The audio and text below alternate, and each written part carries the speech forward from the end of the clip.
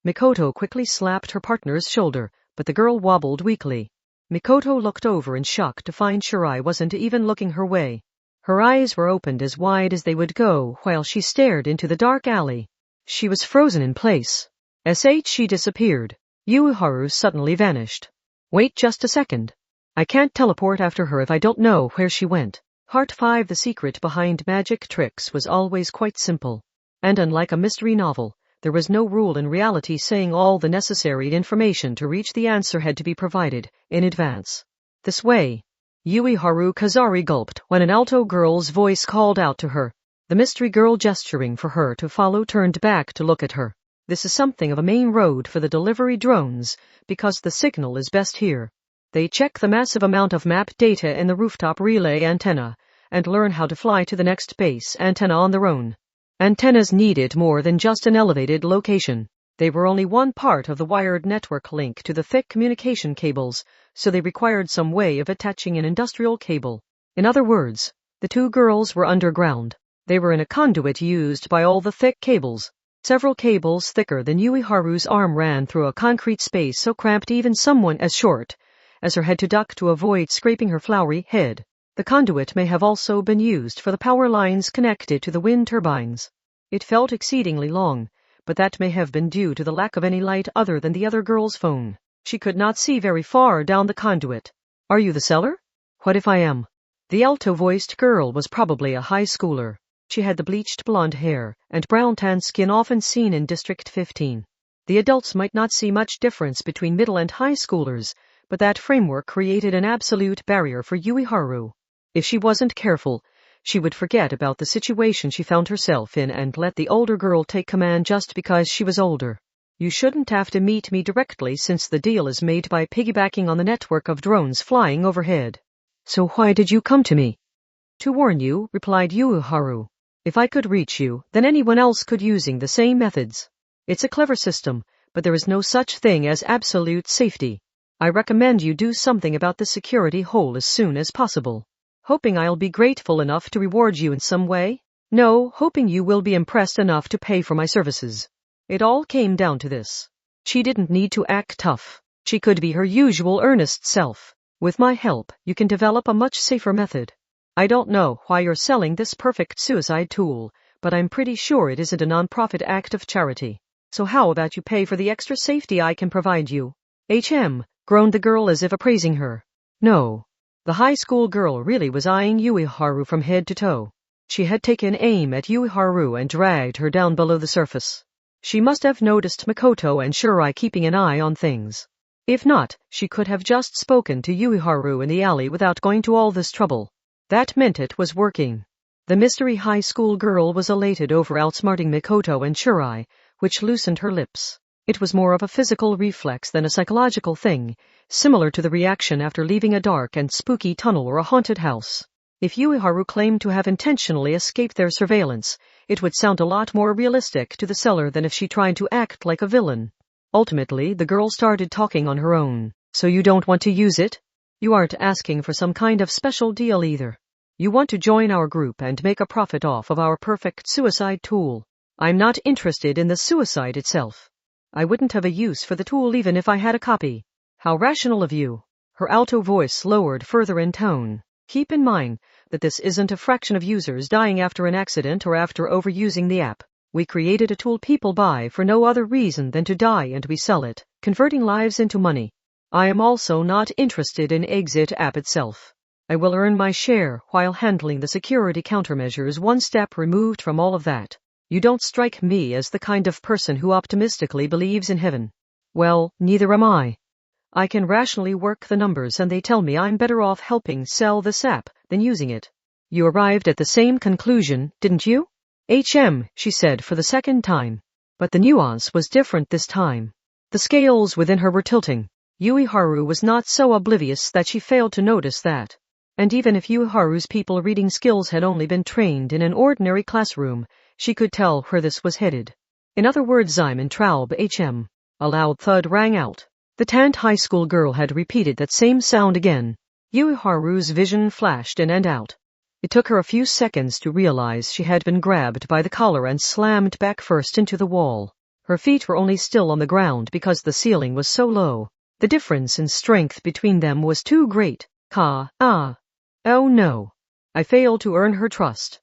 Yui Haru had discovered this security hole before anyone else, so had the girl decided to, it would be safer to silence her than hire her. What do I do? She had her phone in her skirt pocket, and she had used her handiness to modify the strobe flash into a handmade stun gun. But releasing that high-voltage current while this close to the target could end up shocking her as well. It was especially dangerous with the other girl's arm against her neck and chest. Incapacitating her opponent was meaningless if she stopped her own heart in the process. But she couldn't let this girl get away either. If she allowed her to escape, she would go into hiding and start another job somewhere else. Then Exit App would take even more people's lives. The repeated practice runs would lower the hurdle of suicide and even give that final push to people who hadn't really intended to die. What can I do? But then the girl said something unexpected. She whispered in her alto voice from directly in front of Yui Haru. It's true, I developed the health management software known as Exit App. She isn't just a seller. I found the developer already. That was enough of a surprise. Yui Haru had trouble imagining someone who looked like that wearing a lab coat, but there were science-loving Jaris with bleached hair, tan skin, gaudy nails, and beads. If first impressions were enough to know who someone truly was, no one would bother developing the AI-linked security camera networks meant for use in airports. This unnecessary revelation only made Yui Haru more of a threat. And with a real criminal, this could be enough of a reason to kill her. But the girl didn't stop. I came here because I hate that people are making money off of this. I wanted to take out the people selling it. Yui Haru gasped for a reason separate from the hand on her collar or her back against the wall. She wasn't sure what to make of this. But the high school Jaru looked to the side while keeping Yui Haru pressed against the wall. She stared into the deep darkness of the long conduit and spoke in her alto voice. They're here. Who is? Yui Haru realized what was happening as soon as she asked. She heard footsteps from the darkness. And not just one set. There were several people approaching. The customers. The blonde, tanned high school girl spat the words with her eyes still on the shadows. I've already taken down a few of their sales routes, but they saw me in the area a couple of times. They already know I'm the developer. If they can't nab me at the storefront, they'll aim for my workshop. Come with me. She let go of Yui Haru's collar. I'll show you some mercy. If I left you here, they might rip you to shreds. Yui Haru choked while she finally searched through her skirt pocket for her modified phone. Whether she was aware of the stun gun feature or not, the high school girl scoffed at Yui Haru's action. She whispered with the face of a fearless teenager. Most of the people who try out Exit App are suicidal kids who don't want to break the law. They keep using it as a part of their daily routine, but they abandon it before crossing that line.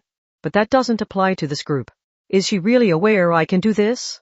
Let's see. I need to start up the default camera mode, wait for the strobe flash's high-capacity capacitors to fully charge, and then I can switch it on and off with the extra physical switch I added to the side. They're willing to attack someone to get their hands on the perfect suicide tool, so these people won't stop when they have to break the law. What are you muttering, Abuya? Jaya. When Yui Haru squeezed her eyes shut and thrust out the object she held in both hands, the mysterious high school girl was easily brought to the ground. She had set the stun gun to a maximum voltage of nearly 200,000 volts. Contrary to what dramas and movies would have you believe, stun guns did not usually fully knock people out. The high school girl was lying on her back with her limbs twitching, but she appeared to still be conscious. As a District 15 Jaru in a short skirt, the surprisingly plain and white underwear situation made her look especially pitiful. She was unfortunately unable to consciously shut her legs or fix her skirt at the moment. Mysterious or not, she was still human. Yui Haru wiped the sweat from her brow while looking down at the mystery girl trembling.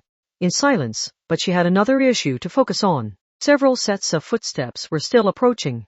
She got the impression they would find her and easily capture her if she stayed here. These people wanted to exit App even if it meant assaulting someone, so she couldn't expect much in the way of morality from them. Leaving the developer collapsed on the ground here would end badly, and Yui Haru was the one who had put her in that position, so she had no choice but to carry the older girl with her. That meant it was time for a benevolent kidnapping. The older girl's curviness against her back irritated Yui Haru. Simply put, The high school girl had bigger boobs than a middle schooler like Yuiharu. Okay, she was putting on this invincible aura that practically dared you to try something, and it's only human nature to want to accept that challenge, right? Still, what was I thinking? Yeah, that's a really good question. Pant. Gasp. I was holding a peaceful, civilized conversation and then you tased me out of nowhere, you maniac. Ugh, ugh. Shut up. Why are you so heavy? I should just leave you here. Please don't. I'll tell you everything, so at least take responsibility by carrying me until I can move on my own. Part 6 Judgment? You're kidding. Then I had this entirely wrong. Who are you? Amahebai Sika. With my name and appearance, you can look up the rest in the bank, right? I don't have a signal underground here. The conduit was part of a spiderweb-like network of underground pathways centered on a single main line, but it turned out they couldn't return to the surface just anywhere. With so many unexpected turns of event, Yuiharu knew she needed to meet up with the more powerful Makoto and Shirai as soon as she could, but she couldn't seem to find an exit hatch. The high school girl slumped limply over her back was heavy. After the one path branched off into several, and the branch they took branched off 2 or 3 times further, Yuiharu came to a stop and lowered the heavy sack of flesh to the floor. She looked back but saw no lights violently shining around. The footsteps didn't seem to be directly pursuing them either. It wasn't a suicide tool, confessed Amahebai, her butt directly on the floor and her back against the wall. The software known as Exit App wasn't developed as an efficient form of suicide. Then what was it? Using that health management tool causes the massage chair to move beyond its design limits and smash up the victim on the skeletal level. Yuiharu wanted to say but couldn't get the word out. The tanned high school girl continued on her own. That result itself was a failure. It was supposed to be a type of testament using the chair's electrode sleep assistance. But if you think of the testaments as affecting the software, that are our memories, Exit App was supposed to affect the hardware. You mean the brain itself? The idea was to choose which parts of the brain's synapse wiring to cut off. Moving more than just the chair's head was a bug, and it was never designed to be used along with strong alcohol. Choosing which parts of the brain's synapse wiring to cut off. Now I'm even more confused. Why would you want a tool that did that? Making an ordinary health management app sounded more profitable than that. Or an illegal suicide tool for that matter. But Amahebai Sika gave a self-deprecating laugh. It was supposed to solve a problem any Academy City kid should understand. The blonde, tanned girl could finally move her arm, so she tapped at her temple with a trembling finger. Academy City's Asper powers are created in here. You don't mean the wiring in your head is highly dependent on inborn talent, and the Asper development really only expands the traits that are already there. You might be able to remake a fire Asper into a smoke Asper, but you can't fundamentally change a fire Asper into a water Asper, just like a sunflower seed can't bloom into a rose. It doesn't matter how green your thumb is, and it doesn't matter if a selective breeding expert works at it, it isn't going to happen. That was why some Academy City Asper powers were rarer than others. Everyone knew the #3 level 5 controlled electricity, but that didn't let you apply that to your own power. There were only 7 level 5s in the entire city, and no amount of hard work was going to make those powers easily mass-produced. It required innate genius. There was an insurmountable wall in the way. That survival of the fittest hierarchy plainly revealed something as poorly defined as the specs of people's brains. No one had to explain it, because everyone who experienced it instinctually understood how that food chain of predator and prey worked. However, Amahebai went on to throw out all those assumptions. What if you had the ability to freely close off your brain's synapses wherever you wanted? What if you could alter the color of the synapse lines, including the nerve fibers, to change the conductivity of the electrical signals and redesign the basic structure of your brain's wiring? Think of it like how a tree frog or chameleon uses its cell coloration to camouflage itself. You could change your power after the fact? My short-term research goal was to change the basic type of power, like from fire to water.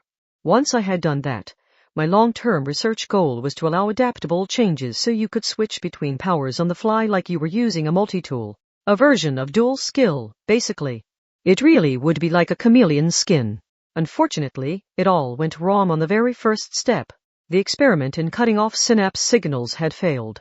An uncontrollable bug had transformed the chair into an execution machine that folded the user up. And when combined with strong alcohol, Some people were unable to resist and ended up losing their lives. Then why is that failure being distributed? Didn't you know you had failed? Because so many people wanted the failure I had created. Yuiharu thought she must have misheard. If that was true, then the developer herself may have found it even harder to believe than Yuiharu. I shut down the project as a failure, but the program still leaked out. The people who wanted to die didn't care if it was a failure. In fact, they were glad it hadn't succeeded. There is no fully erasing something from the internet, so I uploaded tens of thousands of tools and codes with a similar structure, but no actual effect. I also spread lots of false information about needing to consume caffeine or caffeine instead of alcohol. But they still searched out the deadly combination from the ocean of misinformation. Why are they so intent on finding it? That's obvious. They only want one thing, so the numerical pros and cons are meaningless to them. They want to die. They just want to die. There is no reasoning them out of it when they are so focused on that one thing. That was frightening. Real crimes didn't always have an answer. And even if you did track down the right answer, it didn't guarantee a happy ending. There was nothing to be done if it turned out there was no way to stop the mass suicides. Yuiharu's lips trembled, but she gathered all of her strength and managed to get her voice out. Was the completed tool leaked, or just a portion of the code? If anyone could create it, no one person could monopolize the production and distribution route the way we're seeing. The suicidal people are not creating the tool themselves, so does it require some special equipment or development software? I'm not sure why that matters.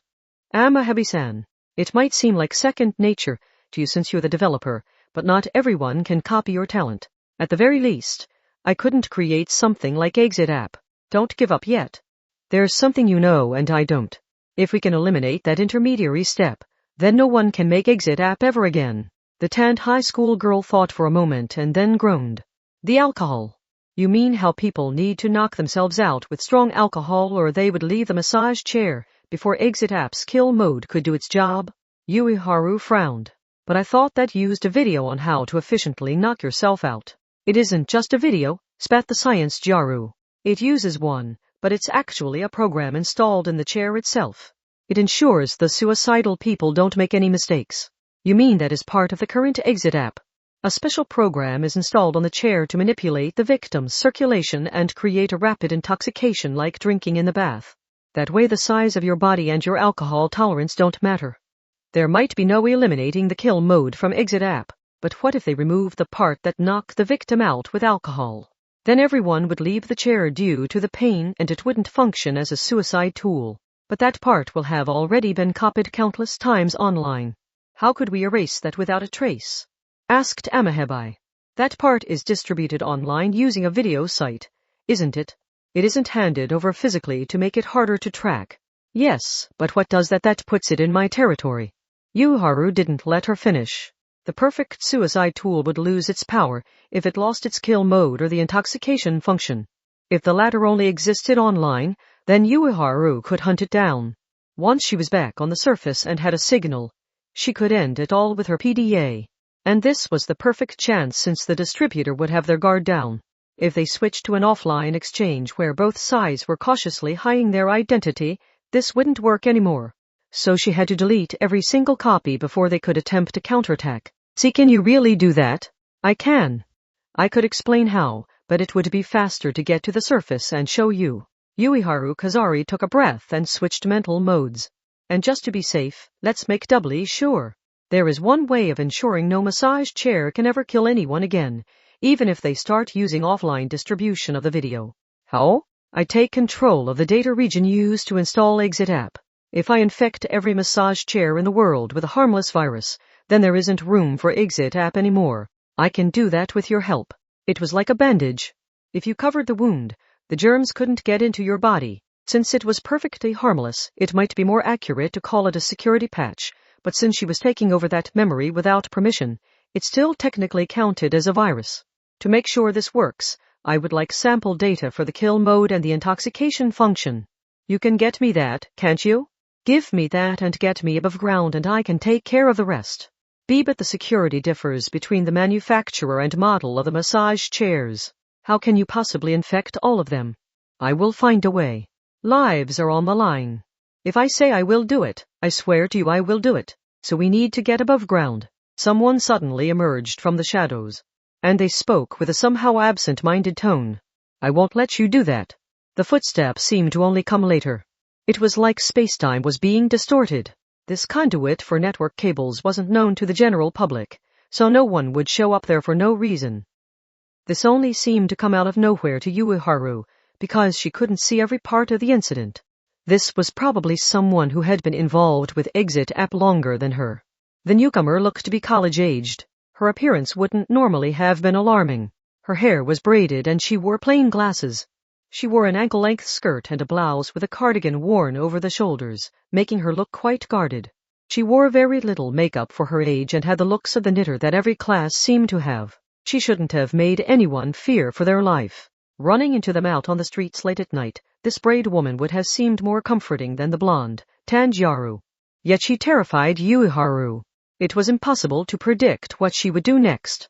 There were no hints to be found. She had the air of unpredictable, unexploded ordnance, like she would say hello with a smile and then say good day while stabbing you repeatedly. So Ueharu did not dare take a single step. She couldn't do anything without thinking it through. The all-purpose spice of a polite smile wasn't going to work here.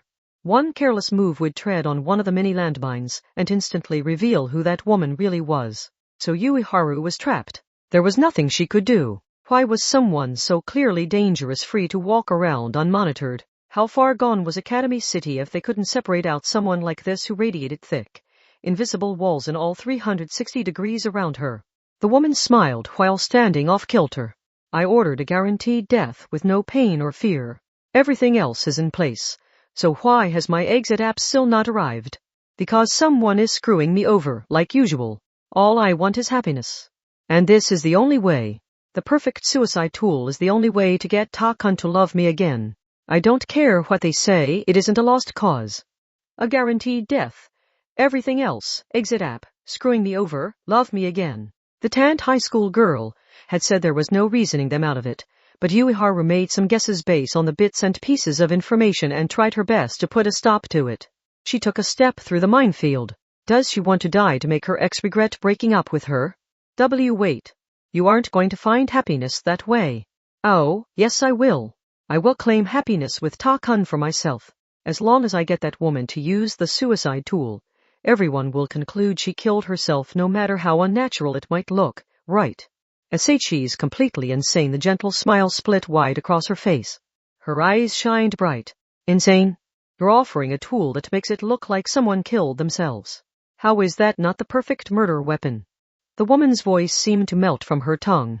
Ueharu had trouble breathing. She had completely misread the worst possible use of a perfect suicide tool. With this woman, it was beginning to evolve into something more than just a way to kill yourself. Amahabaisika's eyes widened past the limit and her mouth flapped wordlessly. She must have thought the suicides were as bad as it could get. She would have convinced herself it couldn't get any worse. But there was no bottom to the depths of human desire. Humans would learn, adapt, and evolve. The college woman's voice wavered as she smiled faintly and listed as if drunk. She gave off the bewitching aura of a crazed woman. She possessed an intimidating air that existed beyond science, the same one that ancient artists had carved into their Hanya masks. It existed in a dimension separate from spur powers or talent. Something unseen bound Ueharu and the high school girls' souls. The college woman did not move particularly quickly. In fact, she moved slowly while lovingly rubbing her hand against her lower stomach. That seemed to explain everything, but Ueharu didn't want to accept it. She didn't want the venomous jellyfish's bloody stingers to ensnare her soul any more than they already had. This explained why she wore such a loose long skirt. It explained why she wore the cardigan for extra protection against the cold. It explained what had happened between her and Takun. And it explained how someone who looked so gentle and harmless had become so thoroughly broken. Instead of a single point to avoid stepping on, this was a network of countless points, too many to keep hidden, and it ran through Ueharu's mind against her will. It was like the work of malevolent stars, pulsars and quasars, that used their unfathomably powerful flashes of electromagnetic waves to send out cosmic signals that destroyed people's minds. This destruction had to be something a middle or high school mind was not yet equipped to understand. So there's nothing to worry about. Ahaha. Make sure to wish me happiness. Ueharu heard a series of quiet sounds like metal gears turning. It made her think of a large utility knife used to cut thick cardboard. But that wasn't it. The woman actually pulled out a metal measuring tape. She extended it from her hip like she was slowly drawing a sword from its scabbard. It was such an unexpected choice. Nothing she said seemed to fit together even as this developed into a real crisis, and the metal measuring tape's edge provided the same fear as an actual blade. Everything about this situation was much too dangerous. There was a complete lack of mutual understanding, like the crazy woman had forced Ueharu to play a deadly game of rock, paper, scissors where the loser was killed, but revealed 3 seconds before the game began that there was no such thing as rock, paper, or scissors in the game. Was this really how it was going to start? Was there any way to win or lose this? Everything will be fine. Yes, just fine. Takan and I are going to be so happy together. It doesn't matter what I say here or who hears it because nothing can change how it all ends. Once I have the exit app, once I have that tool, I can rid both our lives of that filthy whore and give us a happy ending with smiles all around. So hand over the perfect suicide tool. Hand over my key to happiness. Ueharu was overwhelmed. Her physical abilities didn't even come into it. She ended up standing perfectly still while she heard something slicing through the air. Part 7. Ueharu couldn't move in that moment, so it was someone else who pushed her aside and stepped forward. Gah! It was the blonde, tanned high school girl. She must have recovered from the stun gun, but she couldn't deflect a blade even in top form. Exclamation! The measuring tape bent like a whip and sliced through the air. It left a gash on Amahebai's cheek, and not a shallow one either. But Ueharu Kazari's gasp wasn't in response to the injury itself. The liquid dripping from it was colored bright green. My power is called Scorpion Tail. Maybe this had been the original cause. She hadn't been trying to create a perfect suicide tool. She had wanted a device that let her change her power to whatever she wanted. Exit app had been her way of physically removing the source of her complex and flying free. Yeah, I loathe this power. A power that makes my blood weird colors is just creepy. But there's nothing I can do about it because this is the power I'm stuck with. The drops of blood changed color more vividly than liquid crystals.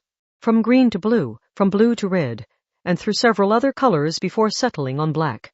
Amahebai herself had already hinted at the true nature of this power with its name, Scorpion Tail. Gah! It only took one drop. When a single drop of blood took flight and was absorbed by the chest of the woman's blouse, not even her bare skin, she jumped straight up. She tried to fall back, but her legs got tangled up, and she ended up leaning against the wall to her side. The drop had landed on her chest, but her lips and eyelids were already swollen. Ugh, what, huff, is that power? My power seals my deadly will inside my own blood and transports it to a target. It's technically classified as reverse psychometry, because it forcibly sends the image in my head to the minds of whoever touches the object, but in my case, it only really works with creating poisons out of deadly images. But thanks to that, I can create any existing chemical poison like aconitine, ricin, and metatoxin, as well as legendary poisons that probably aren't actually true, like the idea that mole, newt, and snake blood can put people to sleep. Exclamation! But don't worry. I can recreate the effects of any poison in my rainbow blood. And I can control the toxins I create as easily as my own arms and legs. Eliminating the source of a complex was not the only way to overcome it. She could also change how she used her power to change its definition in her mind. When a poison was used to protect, it was known as medicine. I won't let this affect anything in your belly.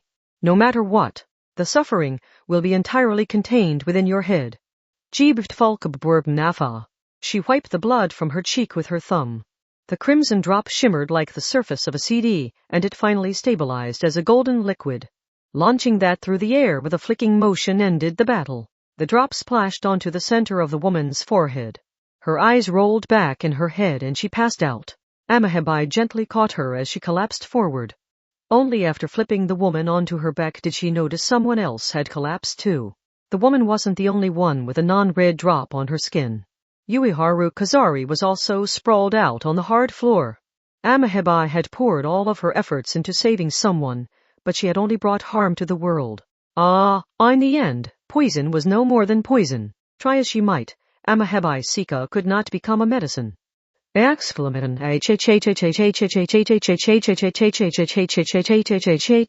clawed at her hair and wept, but she wasn't even able to approach the person she had harmed. A single drop of her flowing blood would kill the person she had wanted to protect. Yet again, her hideous power stood in her way. I'll be fine. Nevertheless, she heard a voice. I'll be fine. How? What was I thinking? I can control the toxins I create as easily as my own arms and legs. Yeah, right. I haven't changed at all. It keeps happening over and over and over. Everything I create only makes the world worse. That isn't true. Ueharu was too weak to even get up, but she still smiled. Because you can heal me. She took Amahebai's hand. She touched the body that could only produce poison. Ah, if you can create the effects of any poison, then you can also create any medicine. So I know you can do it. You can overcome this. You've suffered enough already, haven't you? Then you deserve something good for once. Amahebai could not shake off that hand. It was so very weak, but she couldn't bring herself to do it. She could fill the space a poison needed with a harmless poison.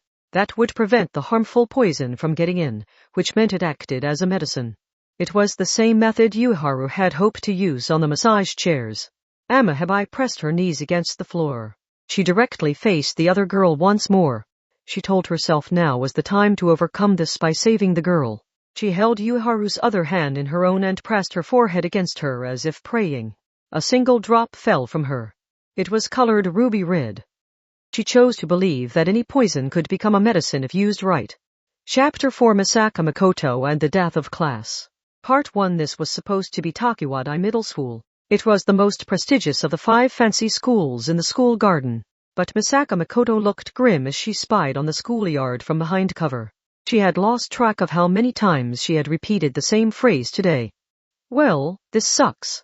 Diamond suit, how about we take a vote? Who thinks Akazame-sensei is guilty? Guilty. Guilty. Guilty. Guilty. Guilty. Guilty. The stadium-level roar was horrifying. Those were cheers. All those voices were joined in anticipation and celebration. The person using the megaphone used an old-fashioned dialect, but she was in fact a young girl. And the person about to be physically yanked from the ground by the neck was a female teacher. No men were allowed in the school garden, so the angry mob surrounding them was also entirely female. Do they really expect us to accept these new school rule proposals? What right do they have to ban us from wearing silk or synthetic underwear? What right do they have to demand we'd only wear cotton underwear?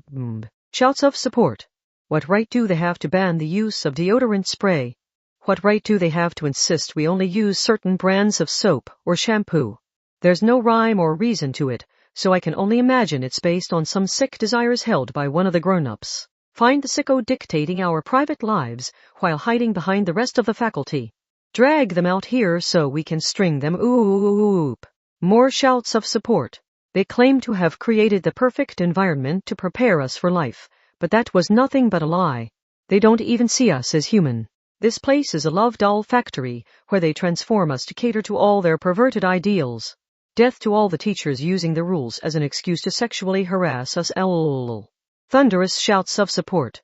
The shouting group was not some mob that had broken in. It was made of all the same girls who normally lived such pleasant lives in the school garden. Mikoto couldn't bear to watch. She agreed the new school rule proposals were awful, but they were just that, proposals. They would probably be rejected even if the students didn't lift a finger. Yet they're doing all this. Mikoto's gaze focused on something that was perfectly innocent. You could find one at most any school. She didn't know the technical term for it, but it was the metal pole used when raising a flag. It even had a device at the bottom that let you turn a crank to raise the flag. But no one gathered around it had a flag with them. The end of the thick wire was tied into a loop. It went without saying that was meant to go around someone's neck. The meaning was clear. That shape itself was a well-known symbol. We haven't even had dinner since that happened, and they're already doing this. A sanitized upbringing is a scary thing. It was absurd to think the upper classes never caused trouble. Did they never explode no matter what happened to them? Quite the opposite. Just look at all the wars and revolutions that had been fought around the world. No matter how graceful, refined, and ladylike the girl, she would still shout kill if the conditions were right. This kind of thing was common in the West, and these girls did love copying Western culture. It doesn't help they never learned how to vent their anger. Maybe some blame lay with the teachers for raising them that way. The students at a school like this probably questioned things less often than average. They weren't used to feeling malice and they were easily influenced, so when it started to set in, It spread shockingly fast. The girls raised here according to the adults' wishes had completely derailed from those wishes and started rioting. It was like a failed attempt at winemaking that left the barrel full of mold. People who tried to live pure lives without ever considering what that meant were easily shaken when the rules themselves came into question. Pure crystals were fragile to external shocks. Maybe Makoto hadn't been affected because she had exposed herself to enough impurities while wandering the streets on a daily basis. Even Shokyu's brainwashed world is better than this. In fact, where is that Chifox right now? That schemer must have taken in far more impurities than me. The megaphone voice continued to agitate the mob of girls. If Makoto didn't intervene soon, the teacher standing up on the gallows would end up dangling from her neck like a mascot phone strap, but if she rushed in without a plan, she would end up like that as well. She was at the top of the ranks when it came to her power as an individual, but a battle against hundreds of high-level aspirers at once was something else entirely. Plus, even Academy City's #3 had to worry about compatibility issues with a potential opponent. Not to mention that she had to worry about keeping her friends Shirai, Yuiharu, and Satin safe. But more than any of that, no one won if a deadly fight broke out within Takuwadai or the school garden. They would only be pitting allies against each other. Mikoto's only enemy here was the agitator using the abnormal situation to transform the crowd of girls into an angry mob. On the other hand, she looked to the side. When things got this bad, it was probably best to call an anti-skill from outside the school garden, but that wasn't an option this time, and the reason why was right in front of her. It was only 3 steps away. The Megafloat lightweight aluminum alloy used to build floating airports had been used to swiftly and secretly fortify the ground, but it hadn't been perfect. Some squares of ground several meters long were just missing. Yes, the blue of the open sky spread out before her. The school garden was currently floating at an altitude of 5,000 m. She heard a deep thrumming. The sound was even heavier than a chainsaw's roar. It reminded her of a military transport plane's engine, but the principle behind it probably wasn't related to aircraft. It was more like a flying car, or the coaxial rotors used for aerial photography drones. Geez, if all these cubes of Earth crumbled, how many rotors the size of circular fields would we find inside? I'm sure they're linked in parallel using a grid pattern, so shutting down individual ones would only imbalance the entire structure and send us crashing to the surface. That was why the ordinary laws and Academy City's unique rules did not apply here. She had a very physical reason she could not expect support from the adults. The entire area had been cut away before declaring its independence. No one could escape the aerial cage.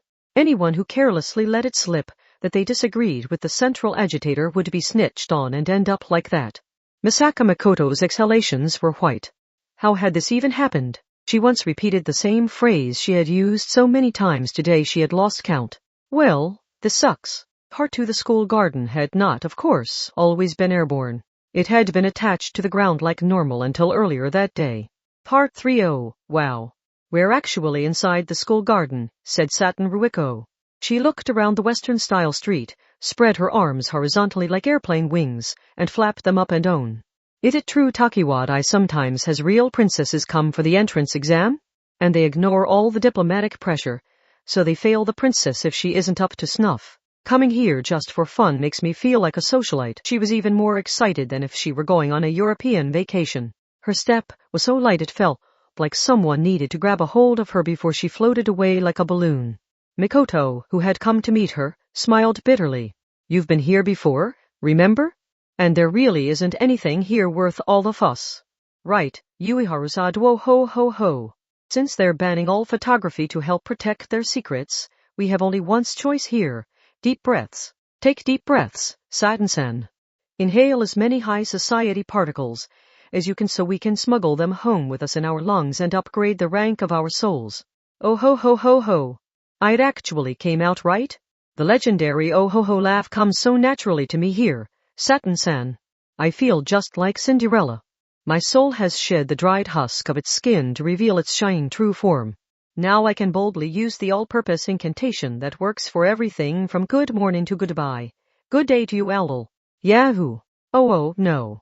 Her dopamine levels are higher than Kuroko's right now. Mikoto gulped and took a step back. She always forgot how Yuiharu Kazari was normally shy and sensible, but had a weird obsession with high society girls. Make the wrong move with her, and you could find yourself faced with a worldview disturbing for reasons entirely different from Shirai Kuroko's. It was like seeing someone in a cult. But Ueharu's oh-ho-ho laughter was not cult brainwashing. It was the same principle as the Osaka dialect imprinting on the language center of the brain after only about 3 days in Kansai. In fact, ho-ho-ho-ho. Once I start assisting father in managing Kongu Airlines, we will build up a global flight network and even expand into the civilian spaceflight industry. My, that sounds wonderful, Kongu-san. It is always good to have realistic dreams. The final frontiers are space, the deep sea, and I suppose the human mind. With your spirit, Kongo-sama, I imagine you will conquer all three. Hee. Yeah. Most of the girls walking around here talked like they were at an opera or a masquerade, so it wasn't surprising people who hadn't built up a tolerance would be influenced. Just like people taking a Kansai vacation. They would probably go back to their usual way of talking after returning to their normal academy city lives. Anyway, this place isn't as great as you think it is.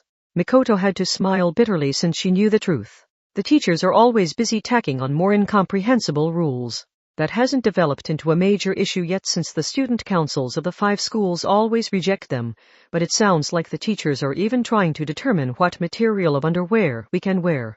But we're barely ever allowed in here. What was it Takiwadai is doing again? An interview entrance exam for recommended applicants. Whatever it was, I love that they've opened the place up for it. It isn't that simple, sighed Shirai Kuroko, who was feeling blue. Since she had her armband on her right shoulder, her judgment side was showing more than her Takiwadai student side. When they open up the school garden, people who normally can't get in will sneak inside. We have to be ready for problems. Needing to suspect anyone and everyone you see is so stressful. Just let me trust in the goodness of humanity. Why would anyone cause trouble? The people coming in from outside are taking their entrance exam. And these are the ones who have a recommendation vouching for them, so I can't imagine why they would cause trouble at the school they're trying to get into. Sutton wasn't convinced, but Shirai shrugged.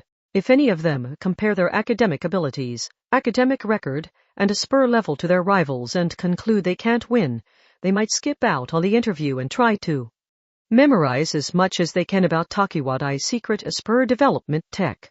The past records show several cases of weirdly pessimistic yet optimistic people who are so convinced they're going to fail they focus on gathering up as many souvenirs as they can find. But Takiwadai is a middle school, so aren't we talking about elementary schoolers?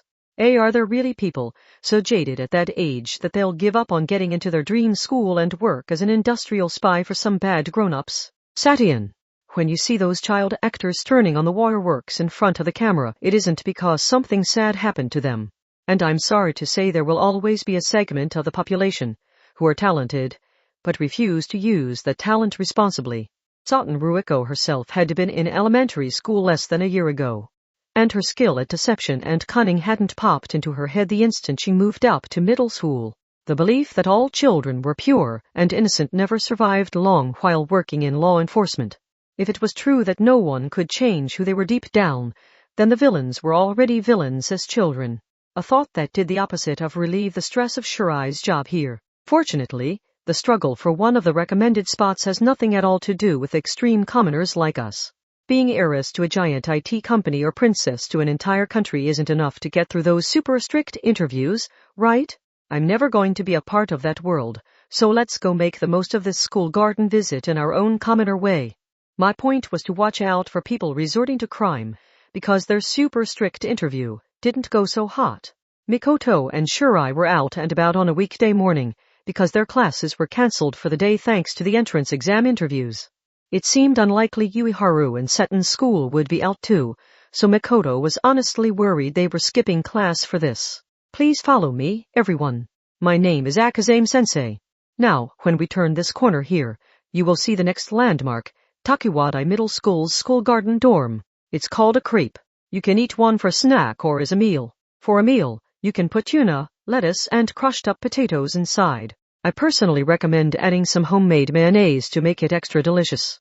One-chan, where are you? There was a lot of chatter. Supposedly, the crowds during this event were large enough to cause nearby seismographs to malfunction. That apparently caused disaster warning apps to send unnecessary alerts. Maybe it was practice for the open campus being held later on, or maybe it was meant to help the applicants judge what life here would be like, but a teacher was waving a small flag like a tour guide. A lot of food trucks were parked alongside the sidewalks and streets. And on closer inspection, there were a lot of small children not wearing uniforms. There was even a sparkling new flying car being shown off as a demonstration for something or other. It was basically just a bigger version of an aerial photography drone. Mikoto stared off into the distance. It wasn't often you got to see Takuwadai's ace indulge in schadenfreude. Poor Shokyuhu. People come gawk at her dorm as a landmark now. Heh heh heh. Miss Sakasan, your dorm has it way worse since it isn't even inside the off-limits school garden. People can stop by to take a look or even stake out the place any time of the year. Ahaha. Check the map on any urban legend site, and your dorm's location always has a pin in it. If anything, yours is the bigger landmark. Satin's tone was light, but Mikoto was thoroughly petrified. Meanwhile, Shirai's focus was somewhere else entirely. She lightly tapped on Ueharu's shoulder to gather the attention of the other girl wearing the same armband. That girl has called for her sister 3 times now. Outsiders aren't allowed to take videos inside the school garden, so I doubt this is a prank video meant to see how ordinary people react. It's safe to assume she's lost, and I would put the risk level at low. Let's go help her. Fine, but wait. Am I even allowed to do judgment work in the school garden? Technically speaking, all law enforcement work outdoors was anti-skill work, but once those two switched to work mode, they were judgment through and through. They eliminated their own inexperienced and unreliable side as soon as they spotted a small child crying on the side of the road. They were aware the best way to make someone feel safe was to avoid showing them the ordinary weakness everyone had. The girl had shoulder-length flaxen hair. Her bangs were cut along a perfect horizontal line, which added a touch of Japanese aesthetic. She was even shorter than relatively small Shirai, but she was wearing a suit. She may have been one of the applicants here for the entrance exam interview, but she looked more like she was dressed up for Shichigo-san. We are with judgment. I am Shirai and this is Ueharu. Is something wrong, young lady? Wow, look at Shirai-san. I never imagined that pervert could sound like the host of an educational program. Shirai felt like murdering Seton for that, but she did her best not to let it show on her face. They taught you how to speak to small children in judgment, but of course an outsider wouldn't know that. Be nice, Seton-san. She might be a pervert, but she's the kind of pervert who can set her perversions aside when there's work to be done. Ueharu, you're not even an outsider, so maybe I really should murder you. She heard some quiet laughter. It came from the girl. She had been tearfully calling for her sister before, but now she was laughing. Talk about a stroke of good luck. Shirai suddenly recalled a busty tracksuit teacher from some joint training they did with anti-skill saying you could help bridge the emotional gap between yourself and someone in need of help by acting silly and pretending to make harmless mistakes. Whatever the case, the girl was willing to open up to them now. My sister isn't here. Oh, so you really are lost. What's her name? Do you have a photo? In your phone's photo album, maybe? I don't mean it like that. Ueharu was better at dealing with lost children than Shirai. She crouched down to the girl's eye level and tried to get the information they needed to search out her sister, but the girl stopped her. The record needle hit a small scratch and popped out of the expected groove. It flew far off course. My sister has gone missing. Part 4 sigh. I haven't been at this branch in forever. But branch 003 is the Takuwadai branch, Shirai-san. It's the one you actually belong to, for crying out loud. You shouldn't spend so much time at branch 177. Come to think of it, doesn't Shirai-san's favorite teacup live over at branch 177 nowadays? They complained while Shirai unlocked the door and they all walked in. The lost girl was among them. The small girl's name was Yugiri Tsumebake. She wasn't wearing a uniform and she was only 12. That meant she was in the 6th grade, which made it obvious what she was doing at the school garden today. She was here for an exam interview at Takuwadai. Even though the school garden was about the safest place someone could be, the children showing up for their crucial exam would normally be accompanied by a female family member like a mother or sister or some private bodyguards hired by their family. Bringing family was apparently popular because they were so rarely allowed inside Academy City. Tsumebake was supposed to have had her sister Yugiri Kanaria looking after her since she was a second year at Takuwadai. Oh, hey. So you're Canary-chan's sister, Yugir-san? Mikoto realized she recognized those flaxen bangs cut straight across like that. But Canaria had long hair that fell to her hips. You are in the second year too, aren't you, Misaka-san? Said Ueharu. So is that sister a friend of yours? A classmate. You do not want to mess with her. Her stupid mouth let that slip with a smile. Just as the younger girl's face had lit up at finding a friend of her lost family member, and one who knew her well enough to call her by a nickname, she was hit by that harsh comment. Clear drops were growing in the 12-year-old's eyes. Shirai Kuroko was in justice mode right now, so she shouted in a way that made one imagine a pair of horns growing from her forehead. Ugh, one-sama. Eh? Oh, I didn't mean it like that. I meant you wouldn't want to fight her because of her power, but she's a nice person, so it's not like that would ever happen. Mikoto quickly retracted her statement, while pulling out her phone and trying to contact the girl in question. But she didn't receive a response. Saying things looked bad would only have made the younger sister cry, so Mikoto made eye contact with Seton instead. She couldn't reach her classmate's phone. That meant it was either turned off or deep underground. But in Academy City, it was actually hard to find places that didn't get a signal. Seton took the hint and casually changed the subject. But you're #3 in the entire city, Misaka-san. What kind of power makes you not want to fight her? Takiwata is crawling with monsters, isn't it? Micro-dying, said Mikoto with a fair amount of exasperation in her voice. Basically, Canary-chan's power lets her kill all microscopic microbes with a touch. She's ranked at level 3, but she's definitely stronger than that. You really don't want to fight her. Yugir Tsumebeke fidgeted on the sofa, unsure how to react to this. She could tell this was meant as a compliment of her beloved big sister, but she clearly didn't like how Mikoto's compliments were so focused on fighting. Huh? But, Misaka-san, how was that any different from medicinal soap? Seton sounded confused by the explanation, so Mikoto smiled and clarified. Because she can rub her palm against your belly and wipe out all of your intestinal bacteria, both the good and the bad. We can only stay healthy because of the barrier of microbes protecting us. What do you think would happen to us if all of those microbes were suddenly taken from us? To be blunt, we would start growing mold inside our bodies and then it's game over. We'd even have mold all over our skin and in our mouths. You, groaned Satan. That girl could eliminate microbes at a touch, so she wouldn't need a hazmat suit or a mask to protect against germs. She could even suicidally scatter all kinds of killer viruses around, while remaining entirely unharmed herself. If she put her mind to it, she could become an assassin or cause devastation on an international scale. Mikoto honestly thought that power was more dangerous than her own railgun, if you look just at how deadly it was. Yugir Canaria's power could be unimaginably dangerous when combined with the right kind of cunning, but the girl herself was peaceful and afflicted with a super slow-motion curse, so none of those possibilities had ever occurred to her. Seton tilted her head. So, Tsumebake-sen was it? Asked Shirai. Do you have a similar power? No. Yugir Tsumebake wasn't obligated to answer since it wouldn't help find her sister, but she must have been the trusting type. She answered the casual question with a shake of her head and went on to explain. My power is macro-dying. It's very different from my sister's. Macro? I can pull the data from the bank. Ueharu looked like she was unsure if she should, but she had already completed the search. Macro-dying. Level 4. She can increase the size of and control the red blood cells, white blood cells, platelets, plasma, macrophages, cholesterol, amino acids, and other components in her blood. For example, she can cause a white blood cell to grow to 2m across and have it swallow and digest an attacker nearly instantly.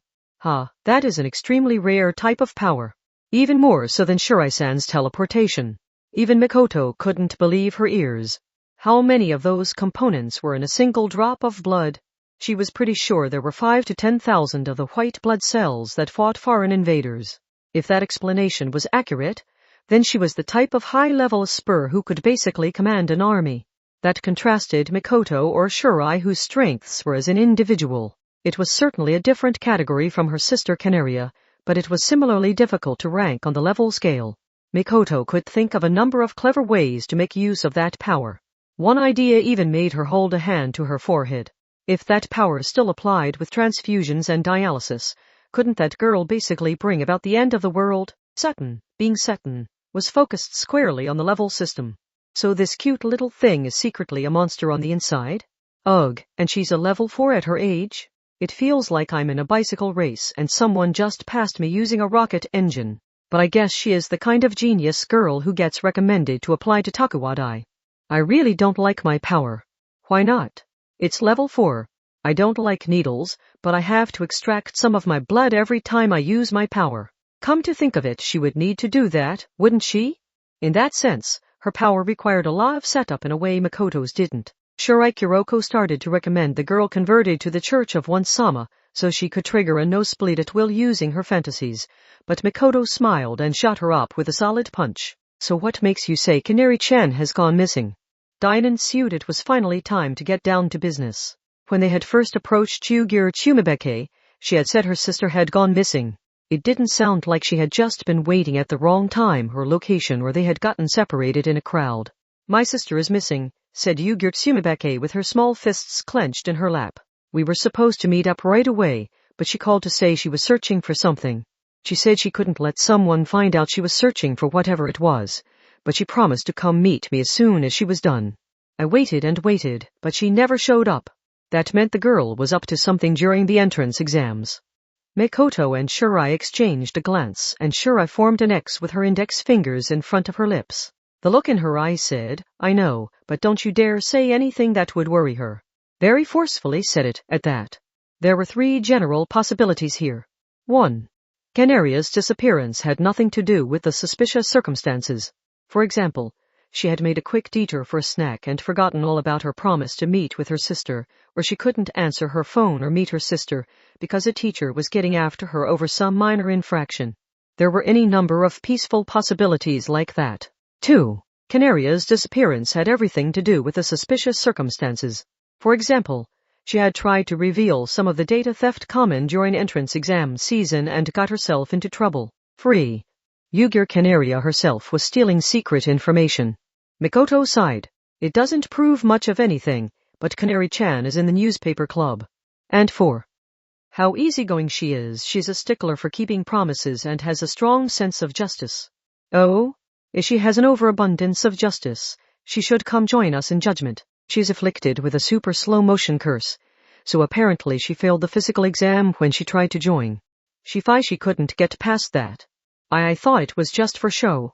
I mean, it's so insultingly easy even Yuiharu passed. Shirai-san groaned Yuiharu, but everyone ignored her. Shirai had avoided using the word fail after remembering Yugir Tsumebeke was here for an exam. Makoto sighed. She apparently joined the newspaper club to help create a civilian group that could increase transparency by keeping an eye on both anti-skill and judgment. So I'm guessing this is option number 2. But that wasn't enough to put her sister at ease. Even if Canaria was innocent of all wrongdoing, they still couldn't get in touch with her. The presence of a separate villain removed all suspicion from her, but it did nothing to guarantee her safety. What had she found and who had she been pursuing? If she had been so busy she had left her little sister all alone, she must have been approaching the climax of whatever story she was pursuing for the newspaper. But then someone had gotten in her way and now she had gone missing. Makoto concluded that learning what story she was working on would be the fastest way to figure out how to help her. But, Misaka-san, they weren't in the familiar branch 177, but Satan had already figured out how to use the kitchenette and had made herself some cocoa with warm milk. But after some thought, she passed it to young Tsumebeke instead of drinking it herself. This is the school garden. It's the ultimate educational environment funded by Takuwadai and 4 other fancy schools. Is there even crime here? And we're talking about an entire person disappearing without a trace. Satan would be aware that, if you wanted to keep a worried witness's trust, you could never bluntly reject what they told you, no matter how absurd it might sound. So her question was meant to lead into a response from an expert. She had stepped on the landmine herself, by immediately rejecting the idea and saying it wasn't possible, because she hoped to ease some of lonely Yugir Tsumebake's worries. So she started sweating when Makoto didn't immediately respond. The look on her face said she really wanted someone to follow up on her question. Misaka-san? Shirai-san. Hello? She tried to get an answer out of them again, but both the Takuwadai students were reluctant to speak. Makoto looked to Shirai. What do you think, Kuroko? I have my doubts about those stories, but I suppose it is a possibility. Part 5 to start with. They made sure 12-year-old Yugir Sumabake could focus on her exam interview. Having a recommendation gave her better odds than if not, but it was still crucial she performed well. Even if she was trying to find her sister, screwing this up really could influence the rest of her life. Don't worry. When they parted ways, Mikoto exchanged numbers with her, held out her little finger, and made a promise. Canary-chan is my classmate. I promise you I'll find her, so you relax and go to your exam. Okay, I promise you there's nothing to worry about. Now, get going. Akazame-sensei is calling. Mikoto kept a smile until the small girl had disappeared around the hallway corner. And then if a serious crime has occurred in the school garden, it must be in one of the lost pieces. Whether or not they were familiar with that term was plain to see on their faces. There was suspicion of industrial spies trying to use the entrance exam season to sneak in and steal data, but this was still the untouchable school garden. The security there wasn't so lax that an entire person could just disappear. All the likely places were patrolled by judgment or security robots, and none of the security cameras at the limited gates out had shown Yugirkan area. That meant she was inside the school garden, but in some unique cranny none of the 5 schools could touch. There was no way for her to disappear otherwise. Mikoto and Churai were familiar with the term. Yuharu and Seton were not. Yuharu hesitantly asked about it. What are the lost pieces? Do you remember what Seton-san said about the school garden being the ultimate educational environment funded by the 5 schools here? She wasn't wrong about that. Mikoto pointed her thumb toward the entrance. But to put it another way, the school garden looks peaceful at first glance, but it's actually locked in a constant struggle for power between the 5 schools. There are invisible lines dividing the turfs of each school's students. They're like national borders. But there are some dangerous disputed zones that every school claims are theirs, causing tensions to grow. Those are called the lost pieces, said Kuroko. Because they're like missing pieces of the jigsaw puzzle forming the school garden. Since everyone claims them, no one can manage them properly. So those are the only areas not patrolled by security robots or monitored by security cameras. Not even the teachers can agree on which school is in charge of security there. And a lack of surveillance created a blind spot where unspeakable desires could be released. They might only look like an abandoned construction site or an artificial forest, but they meant so much more to the right people. Humans were human. Mikoto knew better than anyone that the pure girls here were not saints.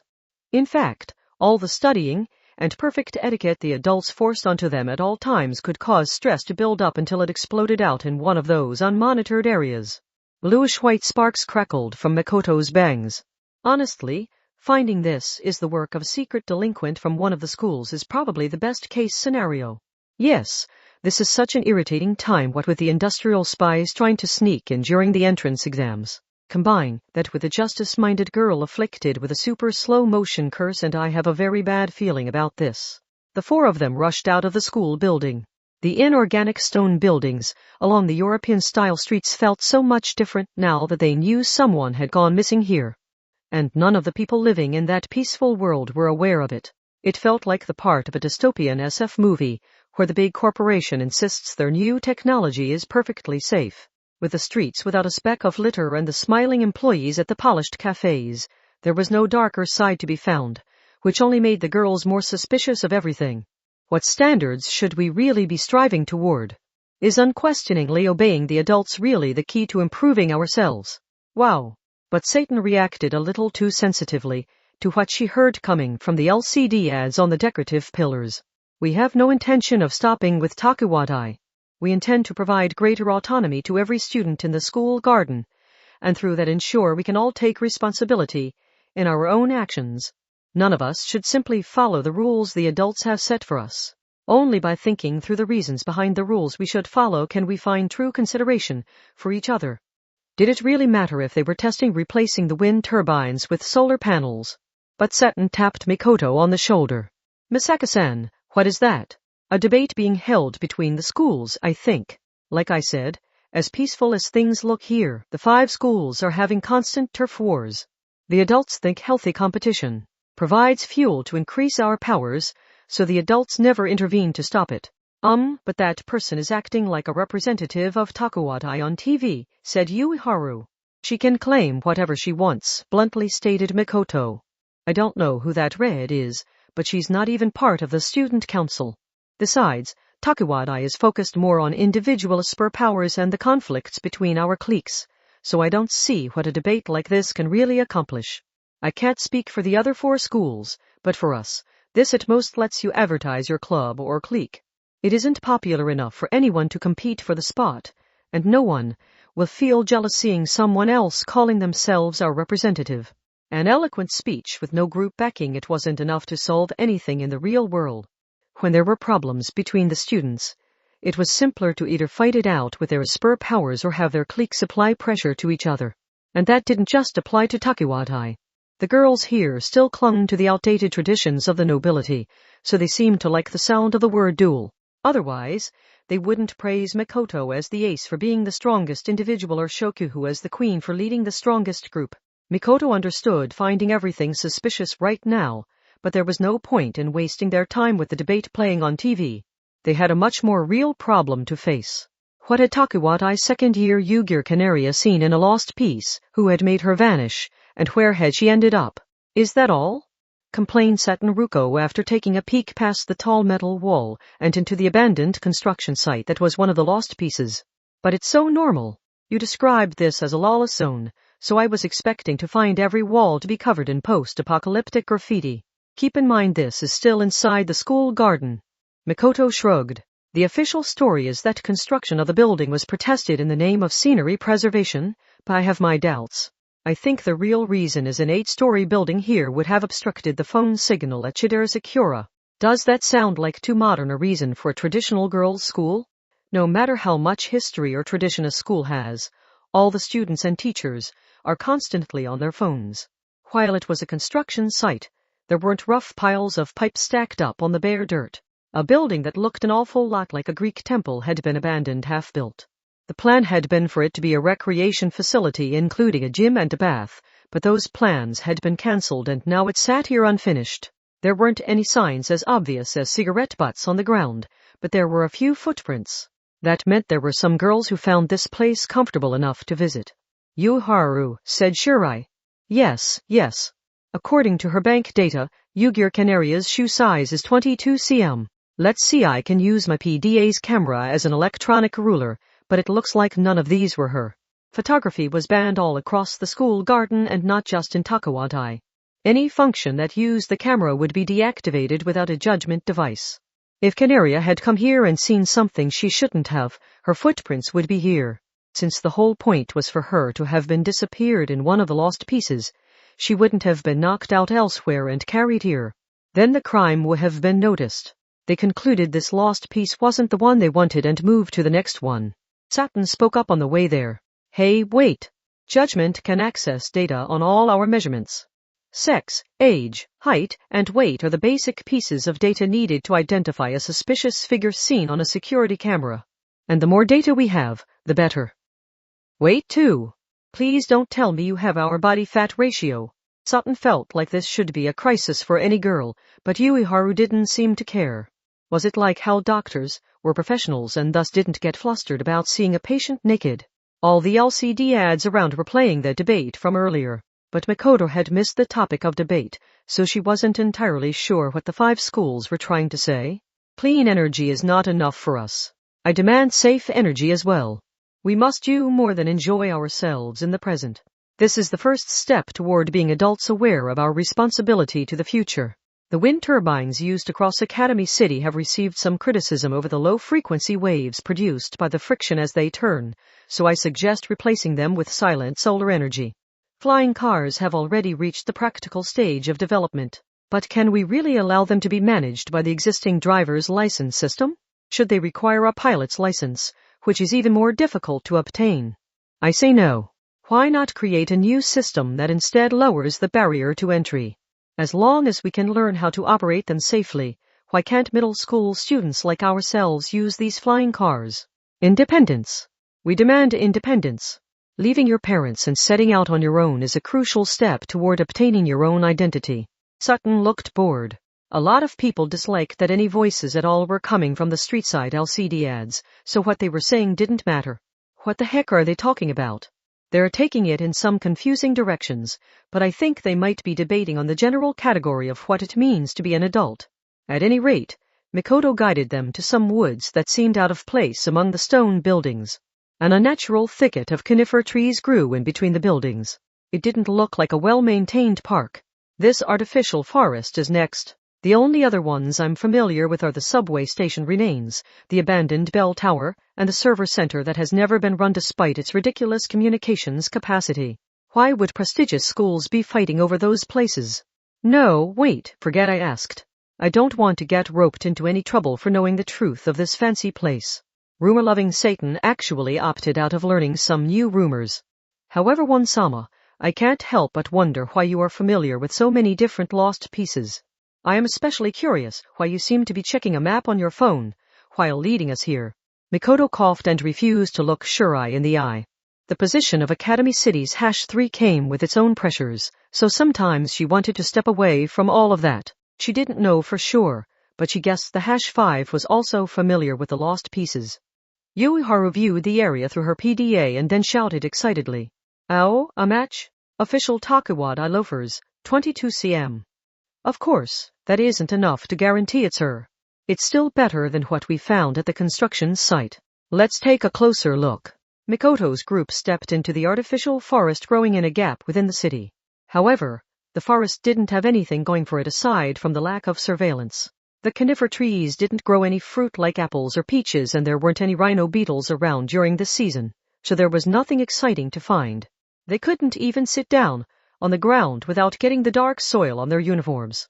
The artificial conifer forest was nothing more than a pollen factory. Sutton lost interest really fast. So when the girls here know no one is watching, the best they can come up with is go forest bathing. High society delinquents are lame. Satan. Shirai-san, I can understand getting together with your friends at that construction site, said Yuiharu. But wouldn't you just get swarmed by mosquitoes if you came here during the summer? That was when Mikoto tilted her head with electricity crackling from her bangs. There's something further in. What is it, One-sama? The microwaves I'm sending out are getting a weird reaction from the ground. This isn't anything natural, like a rock or a fallen tree. It's more artificial, square-shaped even. Could it be a metal cover on the ground? But it doesn't seem like a manhole cover. It's too big. The reaction I'm getting is 2 m across. Wait, Misaka-san. There is no such thing as a square manhole.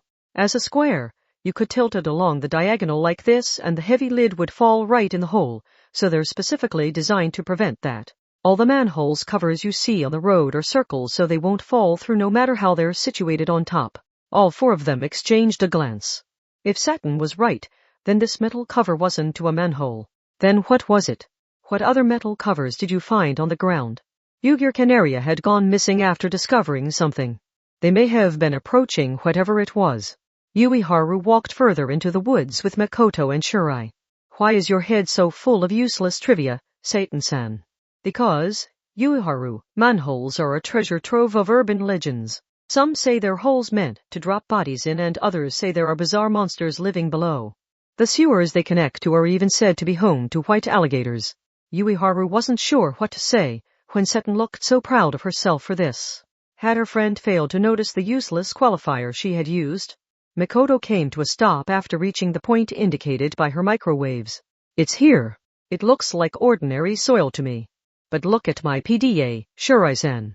Those 22 cm footprints walk right up to this spot and then vanish. What does that mean? Asked Seton. Mikoto answered her by casually raising her right hand. She was using her magnetic control. The dark soil on top was blown away and a metal cover 2 m long, 2 m wide, and more than 3 cm thick rose into Mikoto's palm. The square hole below revealed sturdy-looking stainless steel stairs leading down. Mikoto tossed the metal cover aside and aimed her phone's LED light inside, but she still couldn't see the bottom. I've heard they sell simple tornado shelters in America for people to bury in their yard, but I don't think that's what this is. I'm pretty sure those are more like burying a small storage shed, but this just keeps going deeper. Wow. It's like an evil secret base, Yuiharu. It couldn't possibly be evil. This is the school garden funded by those 5 super classy schools, remember? Yuiharu's comment put some very uncomfortable looks on Mikoto and Shirai's faces. This was far too large a scale to be the work of an individual. It was probably one of those 5 schools that had built this underground facility. And those same schools were fighting over who owned this artificial forest. What did you see, Canary-chan? This is starting to look really dangerous. The footprints end here, so we have to go down these stairs to figure out what that person saw, don't we? Don't we? Satin's love of urban legends had her giddy with excitement at the prospect of pursuing this new mystery. But had she really thought this through? It was true Yugir Canaria had probably descended these stairs since her footprints ended here, but the entrance had been sealed by that heavy metal cover and soil had been placed on top to hide it. Canaria couldn't have done that from the inside. Not physically and not with her Asper power, micro-dying. They also hadn't seen any of her footprints leading back out of the woods. Didn't that mean something had happened to her down those stairs? And then someone else had shut the heavy metal cover from the outside and covered it with soil to delay anyone from discovering her. Part 6. Without anyone to stop her, Satin Wicco likely would have rushed into the mysterious underground space to solve the mystery on her own. As can be seen from her stance on pursuing urban legends, she preferred to solve mysteries herself when she encountered them. And while this may be a rude and baseless prediction, it seemed likely she would have ended up in serious trouble and gotten beaten up. But Shirai Kuroko and Ueharu Kazari were different. Even without directly finding an assailant or victim, the evidence and situation they found told them a survivor had likely been sealed in by a third party. A 2m square of metal more than 3 cm thick was too heavy for a second year in middle school to lift, so closing that cover from outside was enough to charge the third party with at least abduction or confinement. In the worst case, their intent may have been to let her starve to death down there. It could be hard to tell without a single drop of blood to be found, but this was a legitimate crime that could have taken a life. And when faced with something like that, the correct course of action was to call anti-skill and get the adults' help. There was no reason to rush in and act like this was a single-player game. If Makoto's group got wiped out without letting anyone know, then no one would be able to rescue Yugir Kanari from that underground space. Satin complained, but then something occurred to her. Hold on, Shirai-san. Didn't you say these lost pieces are unmonitored areas that none of the schools can touch? Will anti-skill even show up? Even if no one is monitoring the area, a report of a kidnapping or murder is enough justification to raid the place. We're not talking about a foreign embassy here. Shirai was exactly right. A total of 20 or 30 people were sent in as reinforcements. That seemed like a lot. If you reported a purse snatching or an attempted convenience store robbery, there was no way that many would show up. So that number meant anti-skill was already considering the possibility this was a murder case. The normal crime scene preservation measures would require placing blue tarps over any doors and windows, stringing police tape around the area, and keeping away the press showing up with large cameras, so 20 or 30 was probably about right. Which made their presence all the more disturbing. The ones carrying bulky silver cases around were probably the crime scene investigators. They didn't only work murder cases, but knowing they had been called in for a case relating to a classmate was still worrying. The adults in anti-skill allowed the children from Judgment join the investigation, which may have shown they understood the complicated status of the lost pieces. Anti-skill and Judgment ended up speaking at the same time.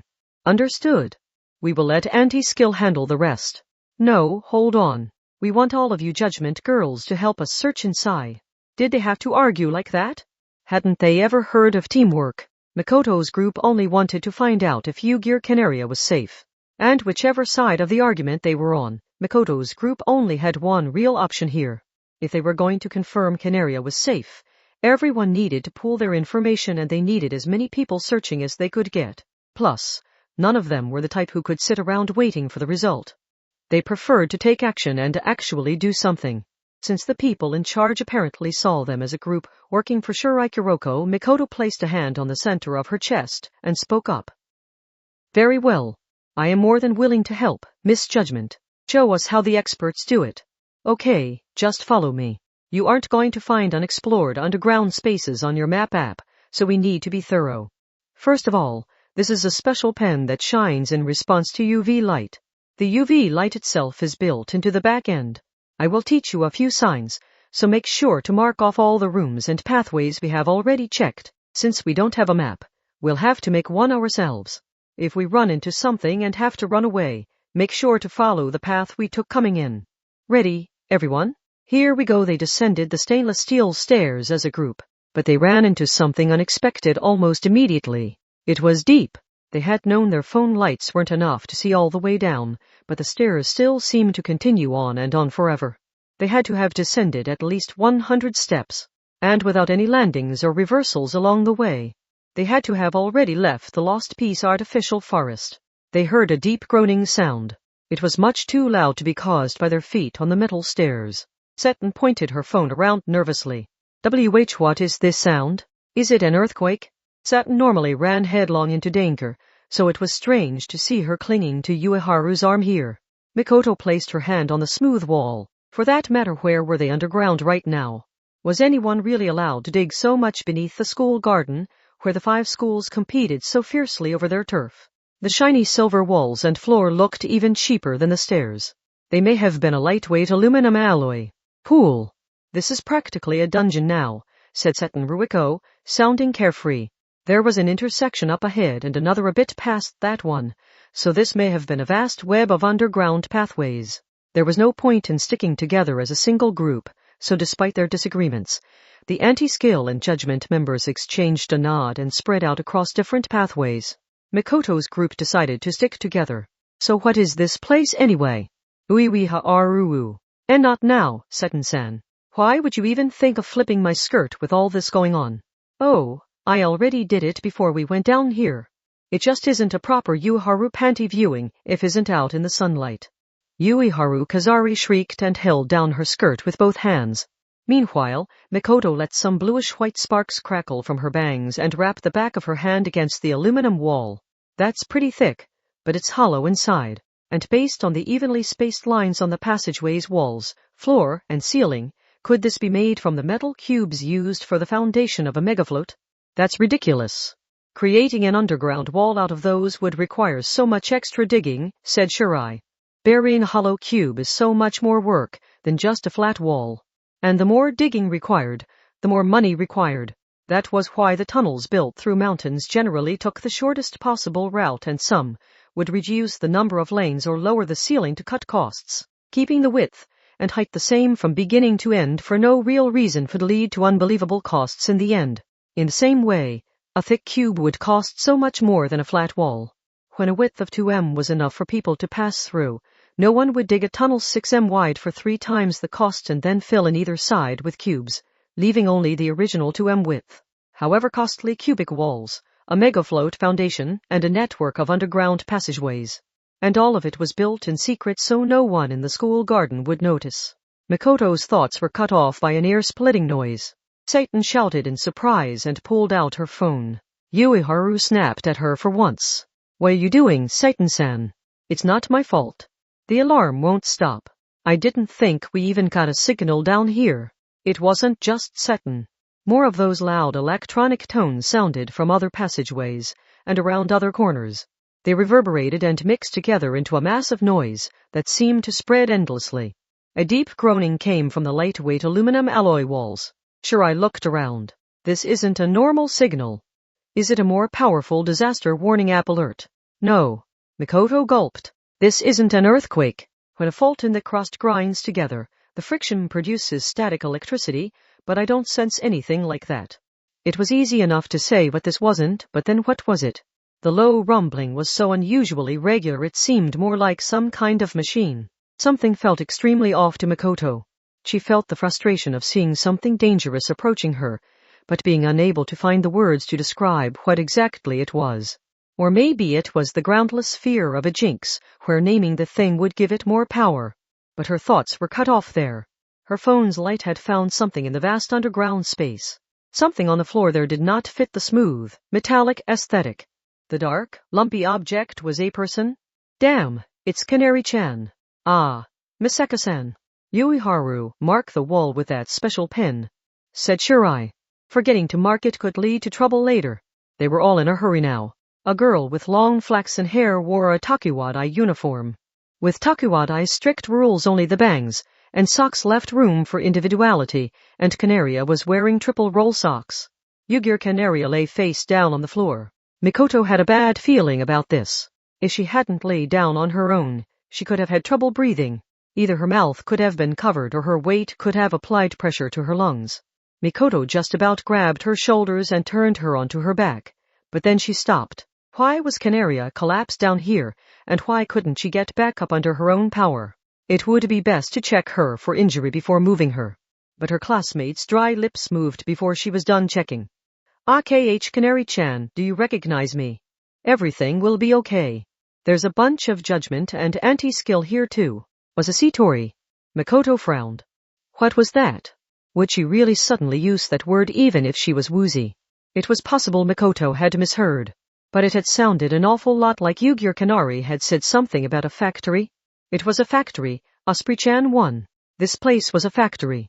What are you talking about, Canary-chan? But I don't think this is anywhere near enough. My. They know it too, which is why they wanted to keep their secret. It was all just a childish dream. Start from the beginning, please. What was a childish dream? More deep rumbling. Still kneeling next to her classmate, Makoto looked up on reflex because she thought this was an earthquake. But it wasn't. Yu-Gi-Oh! Canaria knew more about what was going on, so she seemed to know what this was. It started. I couldn't stop it. Oh no. And now Hotsun too is going to be caught in the middle of it all. 1.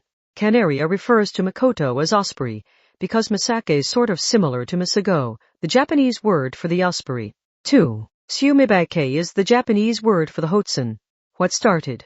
Independence Day, said Canaria, still lying face down and having trouble breathing. She was just like the bird chirping in the mines to warn of impending doom. The school garden is declaring independence. Osprey-chan. Part 7. Shortly before that, 12-year-old Yu-Gi-Oh! Sumibake couldn't focus on what she was saying. The teachers across from her looked uncertain, but not because she was saying anything weird. Her responses to the interview had been perfect. They had been so painfully perfect they almost seemed robotic. Mikoto's group had contacted the adults, so the teachers would know about her situation. That meant they would be aware the young hopeful student was preoccupied. The school garden was supposed to be unquestionably safe, yet her sister had gone missing there. Anyone would have difficulty focusing on their entrance exam in those circumstances, so the Takiwadai teachers' opinions were split. Some wanted to make an exception and push back her interview to a later date. Some thought it would be unfair to the other hopeful students to allow any kind of exception, although none of them considered that their thoughtfulness actually put more pressure on her young heart. The interviewers, who were meant to place pressure on her, were all being unusually nice, which made her think something really bad had happened to her sister. Yu-Gi-Oh-san, why don't you take a break? Suggested the woman directly across from her. Akazame-sensei, was it? Don't worry. It will not affect the evaluation of your exam. The two factions of teachers had settled on that as a compromise. All entrance exams were a cold-hearted system used to select some people over others, but some kindness was allowed as well. The decisions made on those exams could literally influence the rest of someone's life, after all. And the interviewers did not do this because they wanted to fail people. They wanted to find the most qualified people in the group. Don't worry. That phrase made Sumibake look down at her right pinky finger. An apparent friend of her sister had said the same thing while making a promise. She had nothing to prove that friend could make good on a promise, but she had to believe in it. She thanked the teachers and left the exam room on unsteady legs, but what was she supposed to do now? If running around outside would find her sister, she was willing to run all the way around the planet, but she knew it wasn't that simple. After leaving the building, her own weight got the better of her and she collapsed onto the ground. She was smart enough to know there was nothing she could do. She understood that all too well in her own young way. Ooh. Why did this have to happen? She had said all sorts of nice-sounding things to the teachers during the interview, but she didn't actually have any grand dreams for her future. She only wanted to go to the same school as her sister. She only wanted to walk to school with her beloved sister every day. Had that been wrong of her? She didn't know what had actually happened, but would her sister not have gotten into trouble today if she hadn't tried to go to Takiwadai? Maybe she had been wrong to want that. What if it was her fault her sister was in trouble? But then why was it her sister who had to suffer and not her? No. I don't care about Takiwadai anymore. I don't care about my future, so I'll give up on all my dreams.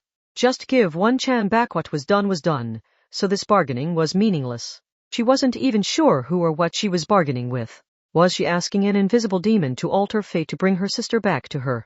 But she wasn't even allowed that self-destructive wish. She was no more than a powerless observer.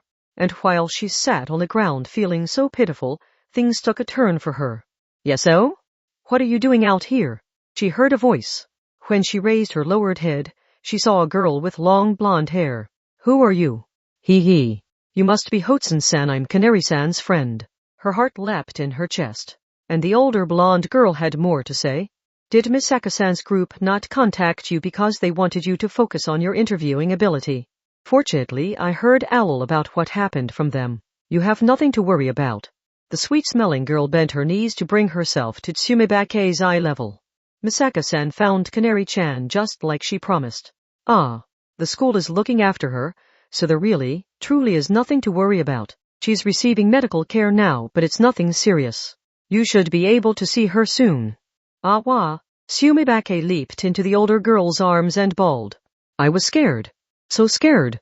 Anyone would be. One-chan, sob. One-chan. I thought this was my fault. I thought none of it would have happened if I hadn't tried to go to Takuwadai. You were overthinking it. That would never happen. The confidence in the blonde girl's voice soaked into lonely Tsumebake's heart like nothing else. Now listen, Hotsun-san. Your dreams aren't going to hurt anyone. There's no reason at all to stop yourself from wanting to walk to school with and go to school with your sister. So throw out all that worrying ability. Turn around, march back into that building, and do your very best at that interview. I'm sure Canary-san wants to go to school with you too. Okay, she cheerfully replied, still clinging to the older girl. All the dark feelings had vanished from her heart. Huh? But wait a second. Yes? How did you know my dream was to go to school with my sister? I never even told her about Diamond Suit. Shokyu Misaki pressed the button on the TV remote pressed against the girl's back. Yugir Tsumebake fainted like her power switch had been flipped. This was Academy City's #5 Level 5 mental out, the strongest of the psychological powers. She gently patted the back of the girl who had fallen into sweet dreams, but the blonde queen also clicked her tongue at her own mistake. Well, I sure screwed that one up. I went as far as digging up their pet names for each other, and then ruin it all with a stupid mistake. Knowing someone too well has its own problems. I really do mess up the details when I try to work my ad-lib ability. I was supposed to put her at ease even if it meant lying to her, and then I end up knocking her out about as forcibly as possible. Yes, young Tsumebake normally wouldn't open up so much to a middle schooler she had never met.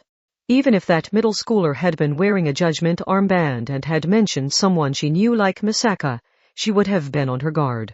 But none of that mattered to mental out. Shokyu Misaki had not in fact been in contact with Misaka Makoto since the two of them did not get along at all. She had been smiling with Yugir Tsumebake and mechanically constructing a conversation by assessing the situation and choosing the best phrase to use next like she was choosing a chess move. Whenever she pulled one statement from Tsumebake's mouth, she obtained all the surrounding terms as well. Once she had drawn out the terms Misaka-san, searching for and Yugir Canaria, it wasn't hard to find the right things to say to soothe the crying child. But this time, Shokyu had delved too deep into the target's mind and it had all backfired. No one tells the people they truly love about their plans for the future. How could I forget something so basic? When did my sensibilities get so distorted? Queen Hakazi, I order you to treat this girl like she is me and protect her life, her assets, and everything else she holds dear. Protect her with your life. That ringlets girl was Shokyu's most trusted aide and bodyguard, and she always faithfully carried out her queen's commands. Thus, when she asked a question, it was only to confirm some information she felt was necessary to carry out that command. Hakazi Junko expressed her concern. Is something about to happen that will require me to protect her with my life? But Takuwadai is so peaceful. The usual state of affairs isn't going to apply much longer. We're about to see a major panic brought on by some extreme Peter Pan syndromes. Then Shokyu Misaki looked away and grumbled under her breath. Disaster warning app alerts were going off all around. The chain reaction was like ripples spreading throughout the school garden, and it would reach Shokyu and Hakazi's phones eventually. The low rumbling below their feet was growing. That rumbling came from a large number of enormous motors. What are you even doing, Misaka-san? Part 8. The school garden, which contained 5 girls' schools including Takuwadai Middle School, flew high into the sky. The ground had been secretly reinforced with a mega-float foundation, and the near-endless solar energy collected, while above the clouds, was used to pour an overwhelming amount of power into a vertical takeoff system that was essentially a much larger version of a flying car. Yugir Canaria had called this Independence Day. Mikoto's group had failed to stop it. Part 9. That brings us back to where we started. Misaka Makoto clicked her tongue at the changed world she saw while spying on the schoolyard, where 5,000 m up and the entire ground below the school garden was remade in secret. What kind of tech did they even use? There was a strong tone of exasperation in Makoto's thoughts. To be fair, the Eurotunnel linking the UK and France was nearly 40 km long, and the total length of a major city's subway had to be hundreds, if not thousands of kilometers. As a collection of 5 schools, the school garden was only a few kilometers across. Digging below it, reinforcing it, creating an artificial space there, and using cubes of lightweight aluminum alloy to transform the ground into a giant aerial float wasn't impossible. But just like with the Eurotunnel or a major city subway, actually doing it would require amounts of money discussed in national budgets. Some of the girls here are absurdly rich, but this goes beyond what even they could do as a prank. Only a few hours had passed since it had all started. It wasn't even dinner time yet. Barely any time had passed since inviting Ueharu and Seton into the school garden. The sun hadn't set and the sky was still blue. Nevertheless, a redhead with shoulder-length hair held a megaphone at the center of it all. Based on her figure, she had to be a year older than Makoto, making her a third year. Unfortunately, her uniform was a Takuwadai one. The agitator spoke with a tiara sparkling on her head. How about we take a vote? Who thinks Akazame-sensei is guilty? Guilty. Guilty. Guilty. Guilty. Guilty. Guilty. Could they run away? Even if it meant jumping from an altitude of 5,000 m? No one made those reckless but understandable suggestions. In fact, they all agreed. Did they not care who was in charge as long as they personally were safe? Or had they taken a liking to this newfound freedom even if it was self-destructive? A teacher had been forced up onto the gallows, which was actually the metal flagpole. The thick metal wire hanging from the pole looked sinister with its end tied into a loop. The usual safe and comfortable school garden was nowhere to be found. Academy City's rules no longer applied, and Japan's constitution probably didn't either. This was an airborne jail with no escape in any direction. Makoto glanced down at her phone. It did have a signal, but the connection timed out when she tried to access any sites outside of the school garden. Cell phone signals couldn't reach 5,000 m into the air, so she couldn't access the surface. Did whoever did this set up a huge base antenna of their own? Or is this a satellite connection? Whatever the case, she couldn't call for help. She could only trust that Academy City's adults were working toward a solution without needing anyone to point out to them that a chunk of the city had taken flight. If this was a scaled-up version of a flying car, then it would use electric motors. But to keep something the size of the school garden airborne would require high-level synchronization from a large number of large motors.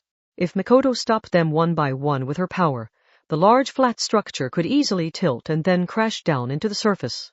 This could have led to a panic, but the scales had tilted in the culprit's favor.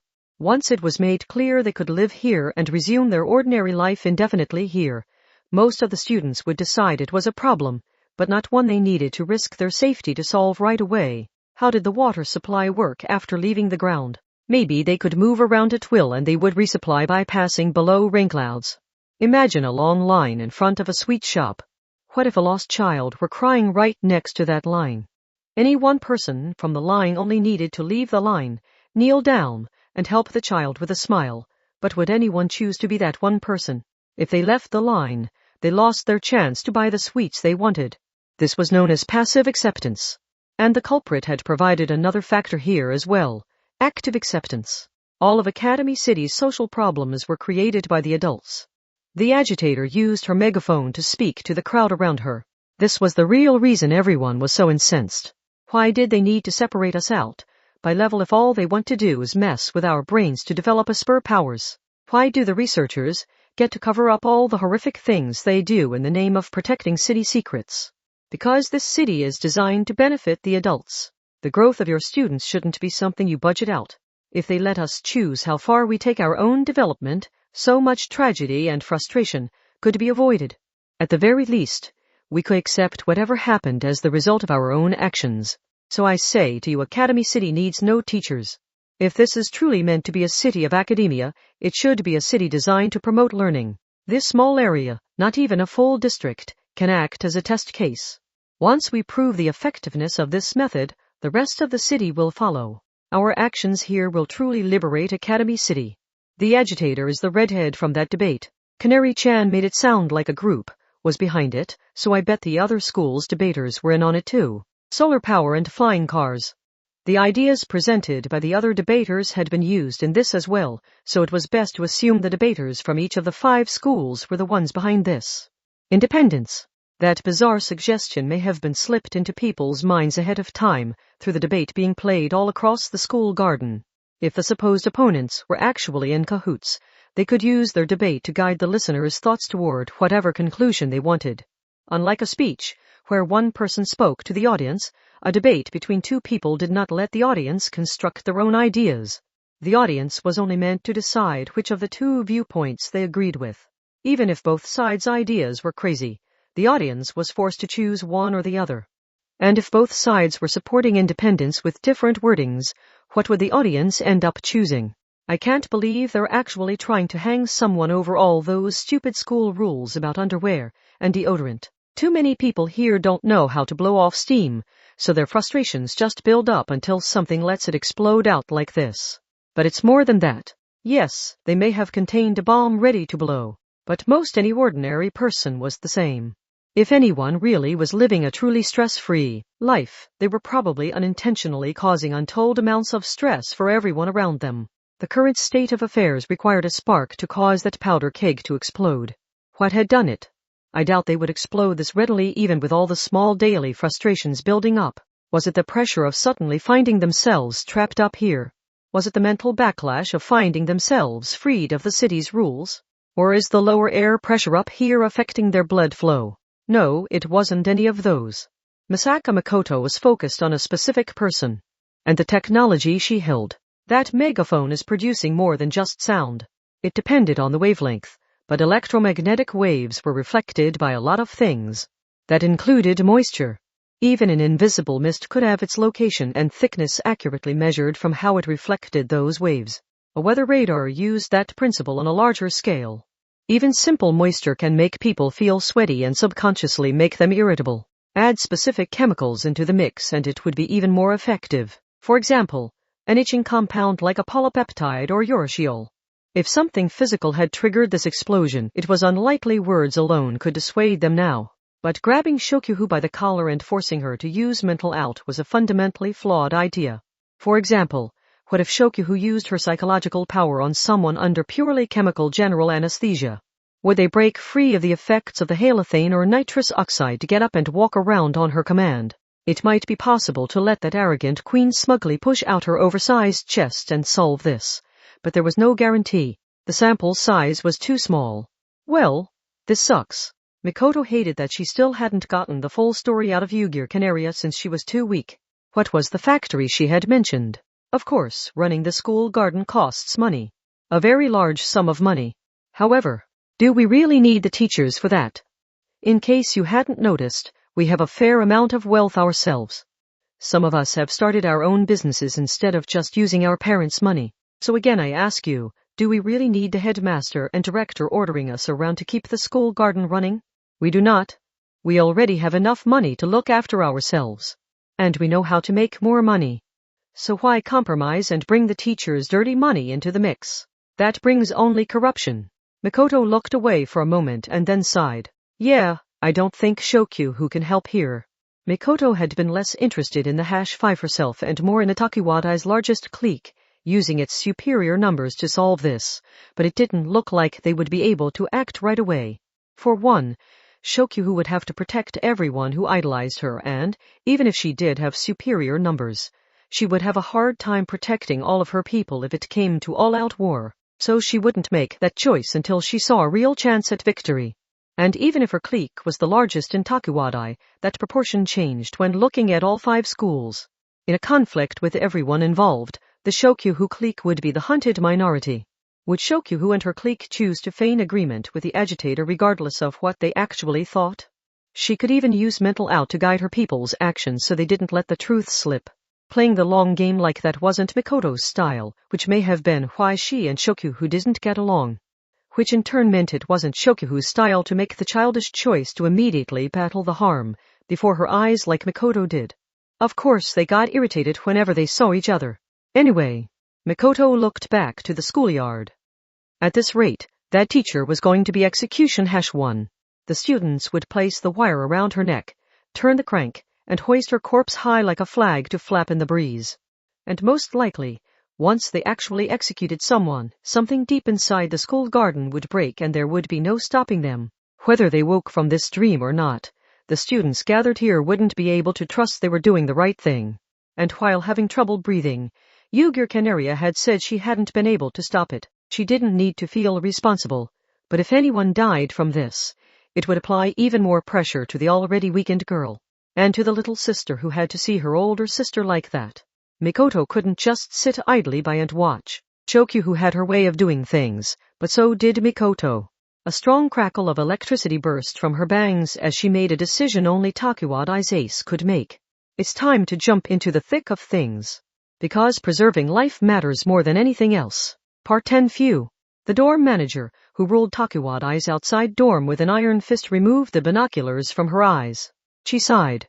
I don't think I've ever been gladder I wasn't on campus for work. If she had been, the angry girls would have captured her and given her the honor of being execution-1. It was necessary for her job, but she knew she had made herself a hated figure among the students. Your daily actions could come back to bite you. Well, I'm sure the director will take care of it. The biggest problem is probably Watanabe-sensei.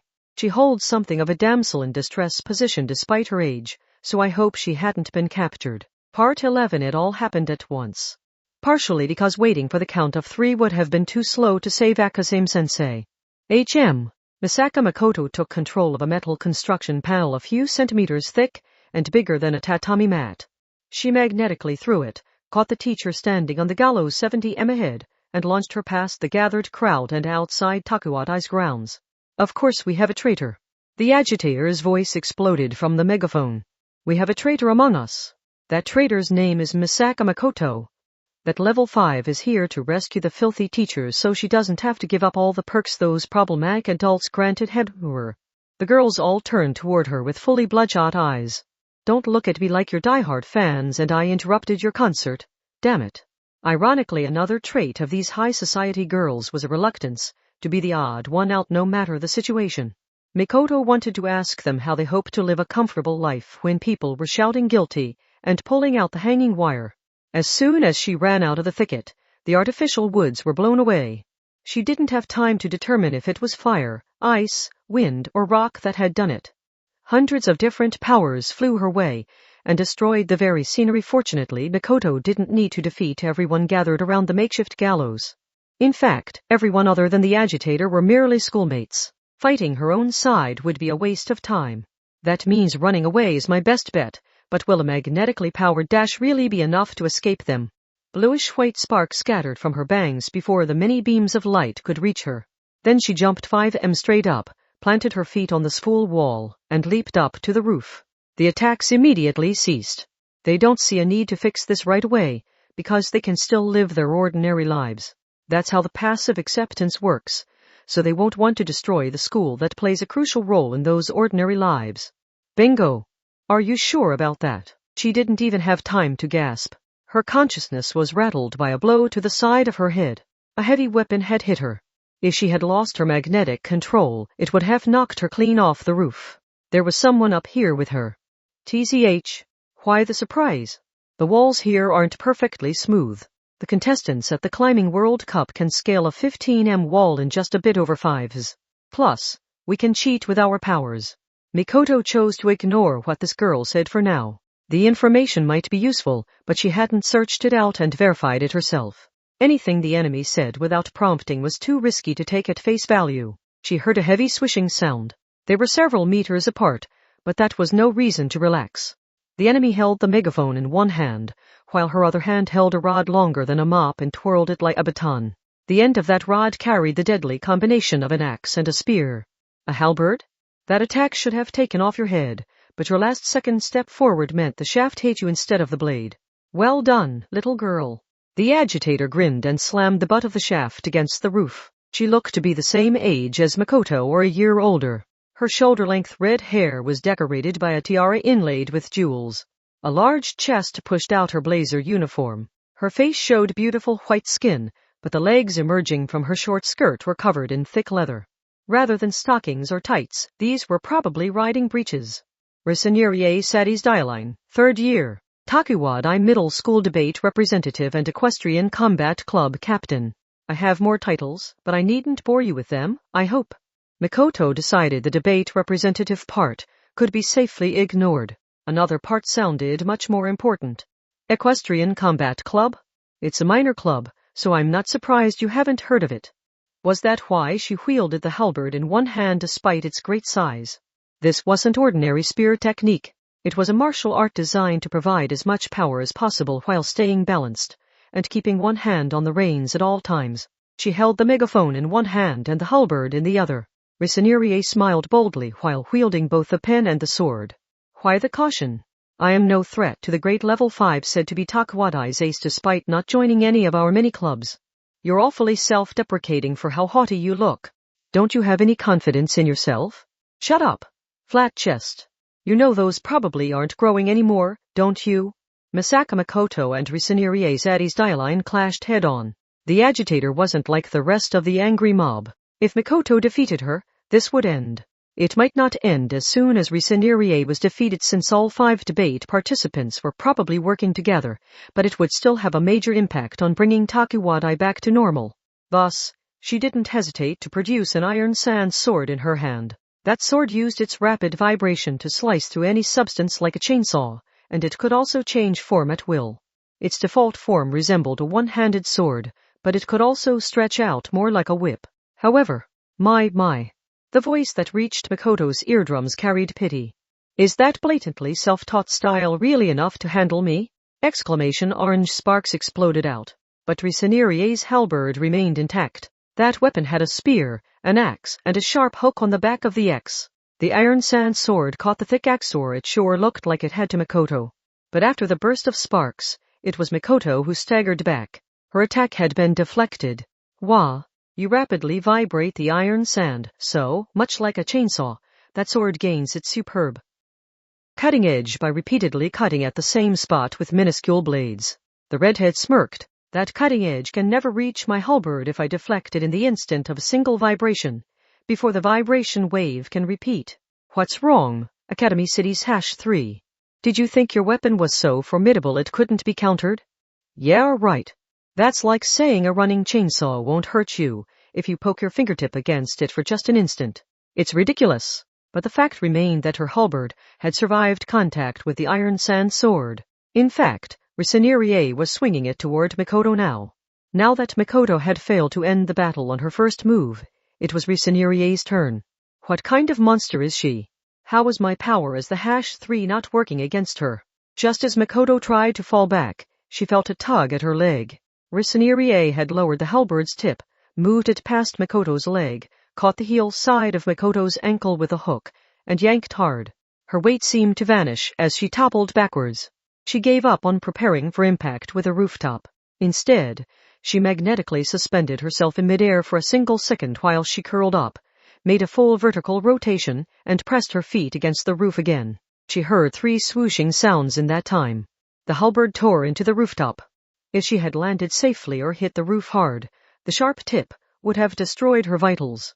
The weapon moved so smoothly, it reminded her more of a chameleon's tongue than a metal spear. The redhead girl looked annoyed. That's cheating. How are Esper powers cheating in a city of Espers? The axe dropped straight down like a lightning bolt. Mikoto quickly swung her body to the side, but the halberd swooped diagonally back up to pursue her.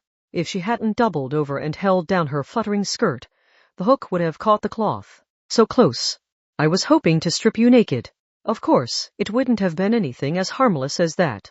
Once you kept your target from moving, they might as well be asking to be killed. Mikoto was done for if she was dragged to the roof by her clothes. Risenierie could jab with her spear or swing down her axe to kill her instantly. Risenierie easily twirled her halberd. Dragging your opponent from their horse and killing them on the ground is the standard tactic for a horseback knight, but with a soldier not wearing full armor, you can instead catch them by their collar and strangle them to death with their own clothing. So you're going to hook my clothes? How stupid are you? I'm not going to let you carry out your plan after you explain it to me. A high-pitched whistle left the gap between Risenierie's alluring lips. At the same time, Mikoto sent her EM radar from her entire body at full power. Risenierie made a jab, from head-on instead of swinging the hook from the side. The sharp spear tip sliced off a few strands of Makoto's hair, but that was all. The deadly jab was sharp and heavy, but it failed to find its target and swished through empty air. Makoto had finally managed to dodge. Such a heavy halberd would create a larger opening when it missed, so Makoto focused on her brow, sent electricity scattering from her bangs, and prepared to launch a counterattack. However, now the return trip. Really? The weapon tore through the air again. If Makoto hadn't immediately aborted her attack and swung her head in the opposite direction, the axe blade would have caught her on the side of the face as Risenerie pulled it back, tearing off her ear and cheek and leaving nothing to cover half her teeth. Just like pressing a saw against a piece of lumber and pulling it with all your might. They reassessed the distance between them. There is no good translation of halberd in Japanese. Some have tried by inventing compound words like axe spear, but I say that fails to adequately describe this weapon. All this was done with just the one hand. Her other hand still held the megaphone she hadn't even needed to use. There are many uniquely Western weapons: the rapier, the dagger, the bastard sword, the pike, the Francisca, the morning star, the arbalist, etc. But the halberd is the most difficult one to learn, since it can be used as a spear, an axe, and a hook. It can cut, stab, and catch depending on how it is used. It can also be used in a wide variety of contexts, slashing from the ground, stabbing from horseback, or reaching out from a boat and catching the enemy. Even the professional mercenaries gave up trying to master it and invented the inferior battle hook, by stripping away everything but the one aspect. However, Makoto continued watching carefully while Risenerie grinned and twirled the long, heavy halberd like a baton. She did so as casually as a bored student spinning a pen during class. That showed just how much she had mastered the weapon. Any knight who sticks with it and masters its use will become the greatest warrior. I possess an endless number of options, so you can never perfectly predict my actions, and I am not so poorly trained that you can dodge when you have to react after the fact. So does her power directly boost her physical strength, or does it control steel or metal? Makoto took a few steps back, while carefully judging the distance between them and also making full use of her mind without letting her thoughts show. She wiped the sweat from her brow and wanted to believe it wasn't a cold sweat. Are you really planning to keep the school garden in the sky indefinitely? As some independent state of students beyond the reach of the adults? A wonderful new life well worth writing in your diary, don't you think? You can't be serious. You've trapped us in this small world where no one and nothing can get in or out. We might as well all have washed ashore on a desert island.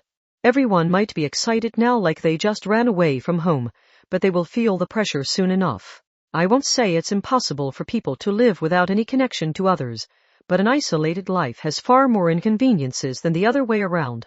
I have no interest in a life of riches and plenty. For that matter, is a single student at any of the 5 schools fixated on money? Why would we be when we were all privileged enough to have never experienced poverty? Or does she have a precog power letting her predict my actions? This will not change the minds of the elites of the school garden, especially when I give them a push in the right direction with this. Risenerie winked and waved the megaphone she held on her other hand. And it is that lack of interest in direct earnings that prevents the students here from understanding the lengths the adults are willing to go for money. Why rank our powers? Why create an official school caste system that covers the entire city? Because it is a twisted measuring stick the adults use to compare us and determine what research they should fund for the most efficient profit. Isn't that right, #3? I see. You do have a way with words. Maybe that makes the immediate future look bright, but you aren't considering what happens a week from now. An iron sand sword wasn't enough. So should she go with a lightning spear next or skip straight to a railgun? To reiterate, Risenerie was still only using one hand. Makoto didn't know how far that girl's skill went, but she at least had enough skill to concern Academy City's #3. Did she climb the wall without any kind of assistance from her power? Can that even be explained with ordinary physics? Could she have messed with my memory or perception? In fact, could that weird megaphone and how she so easily manipulated everyone in Takuwadai be related to her power? Though, why the wide-eyed look? Are you trying to figure out my power while keeping the damage to a minimum and engaging me in conversation? A valiant attempt, but I'm sorry to say I have yet to use my power. Goosebumps formed all across Mikoto's skin.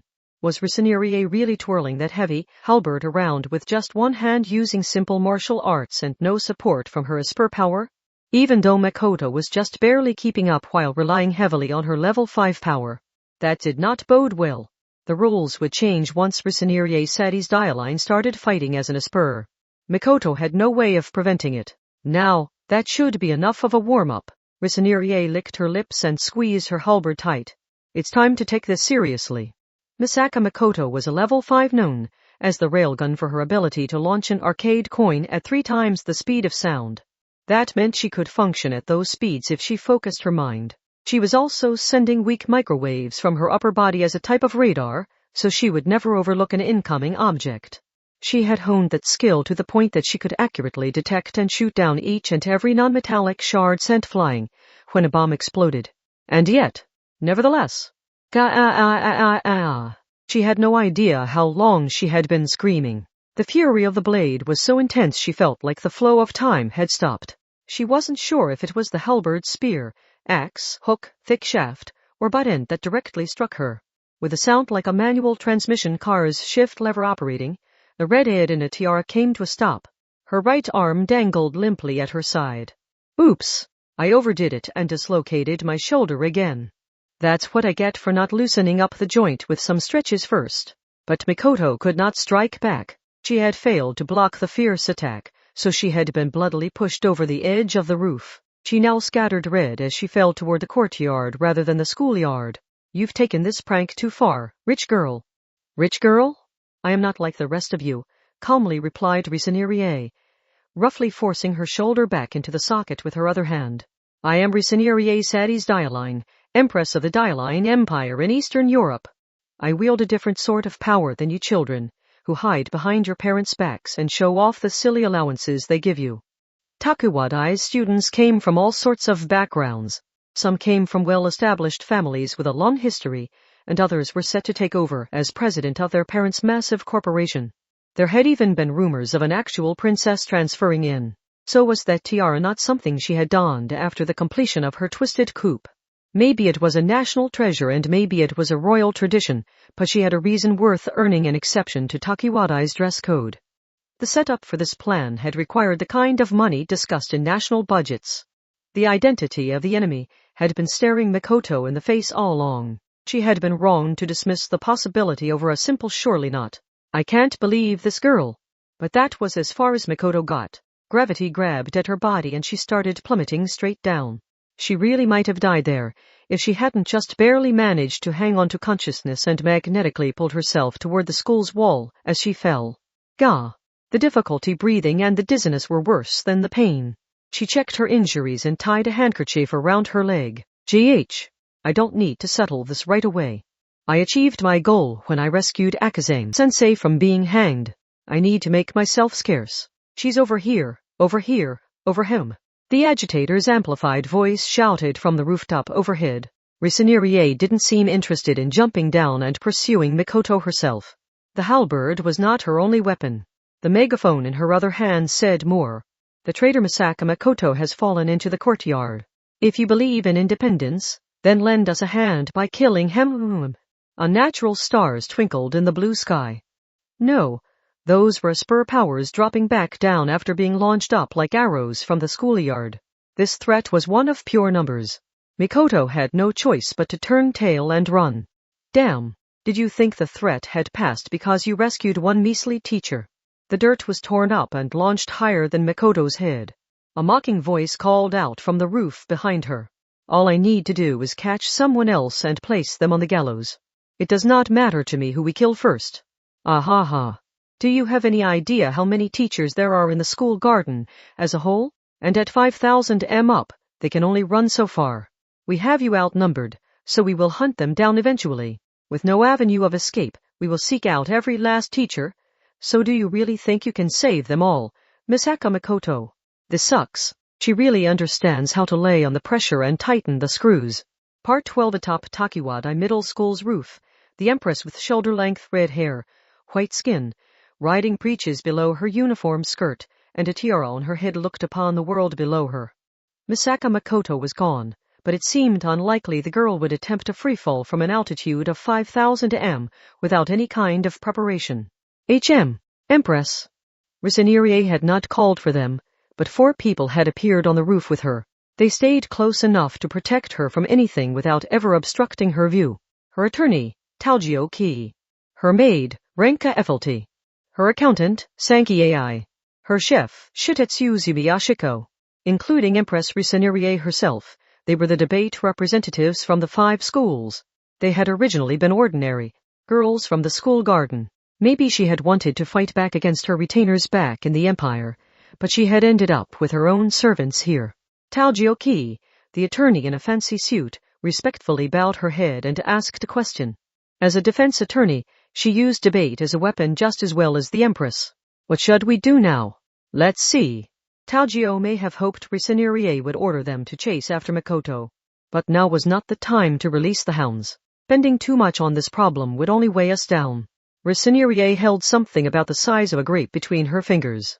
It was probably a jelly bean. These are good. How do you make them? They are nothing special. By instantly injecting the gum syrup, while pressurized to around 100,000 atmospheres, the flavor can permeate it while ignoring the osmotic pressure.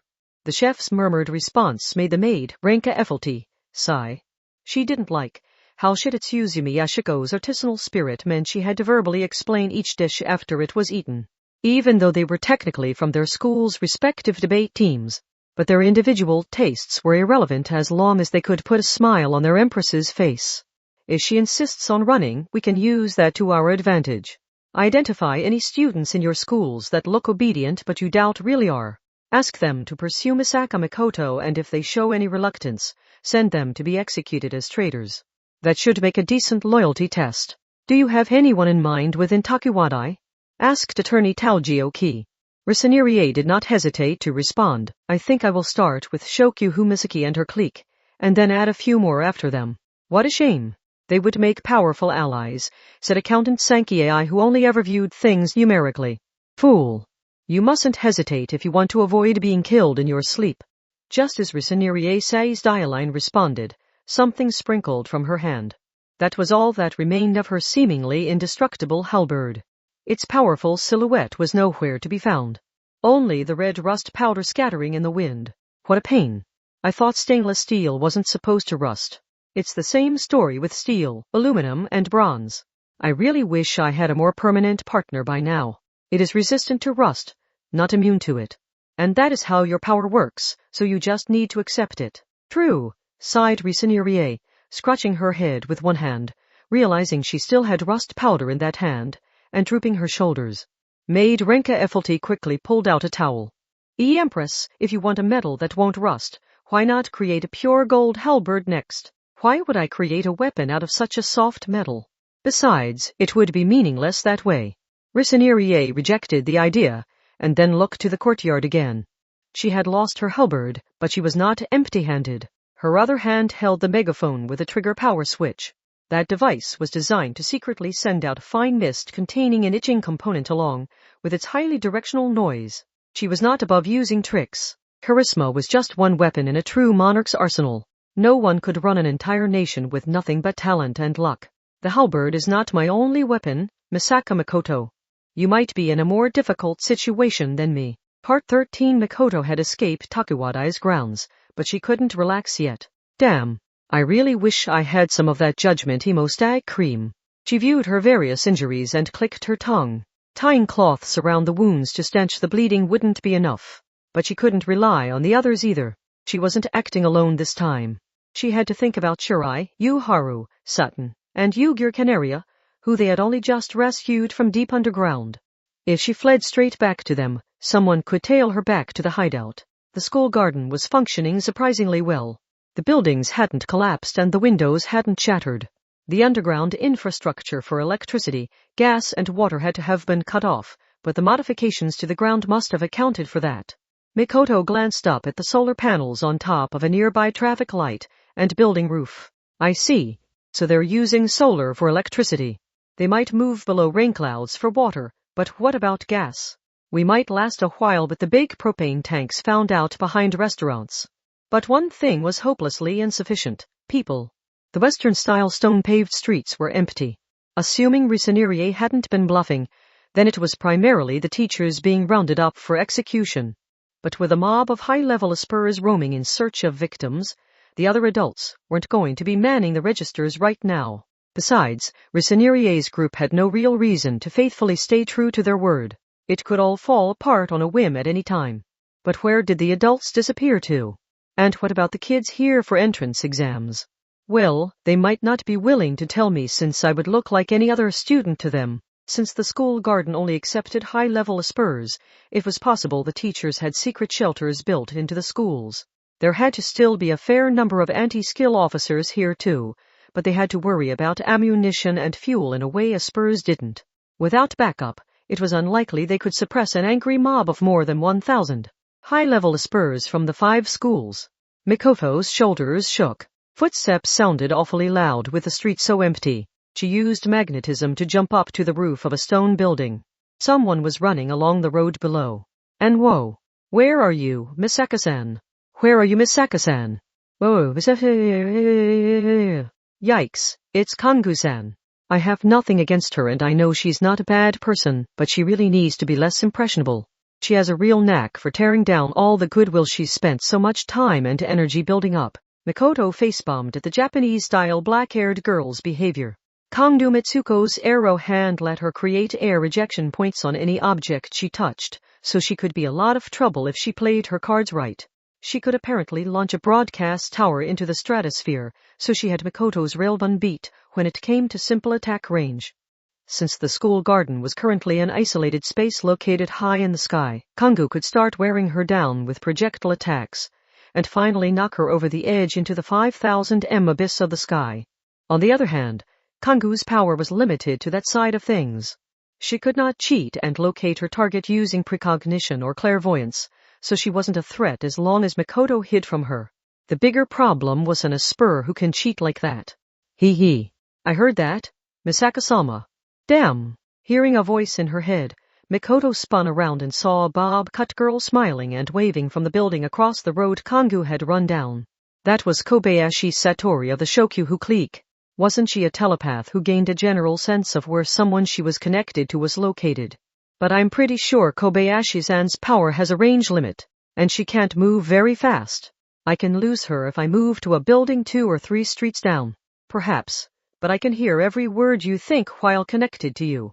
It is possible to divide your thoughts into ones I can hear and ones I cannot, so how about we hold a study group later on?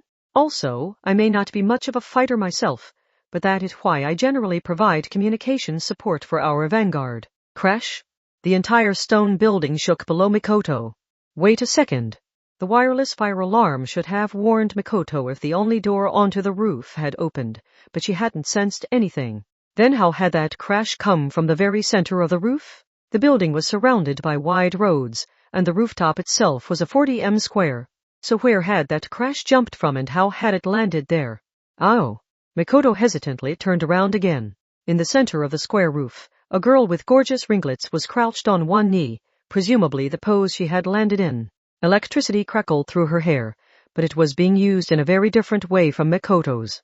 She was the second in command of the Shokyuhu clique, the largest clique in Takuwadai.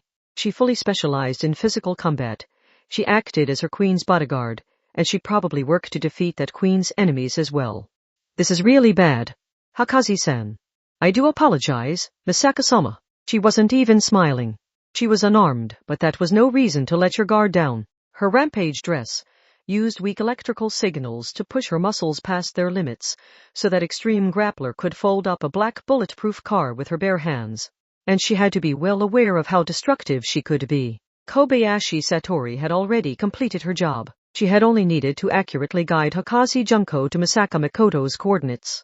But the queen's optimization is absolute. The wind roared and the concrete cracked when the girl simply stepped forward.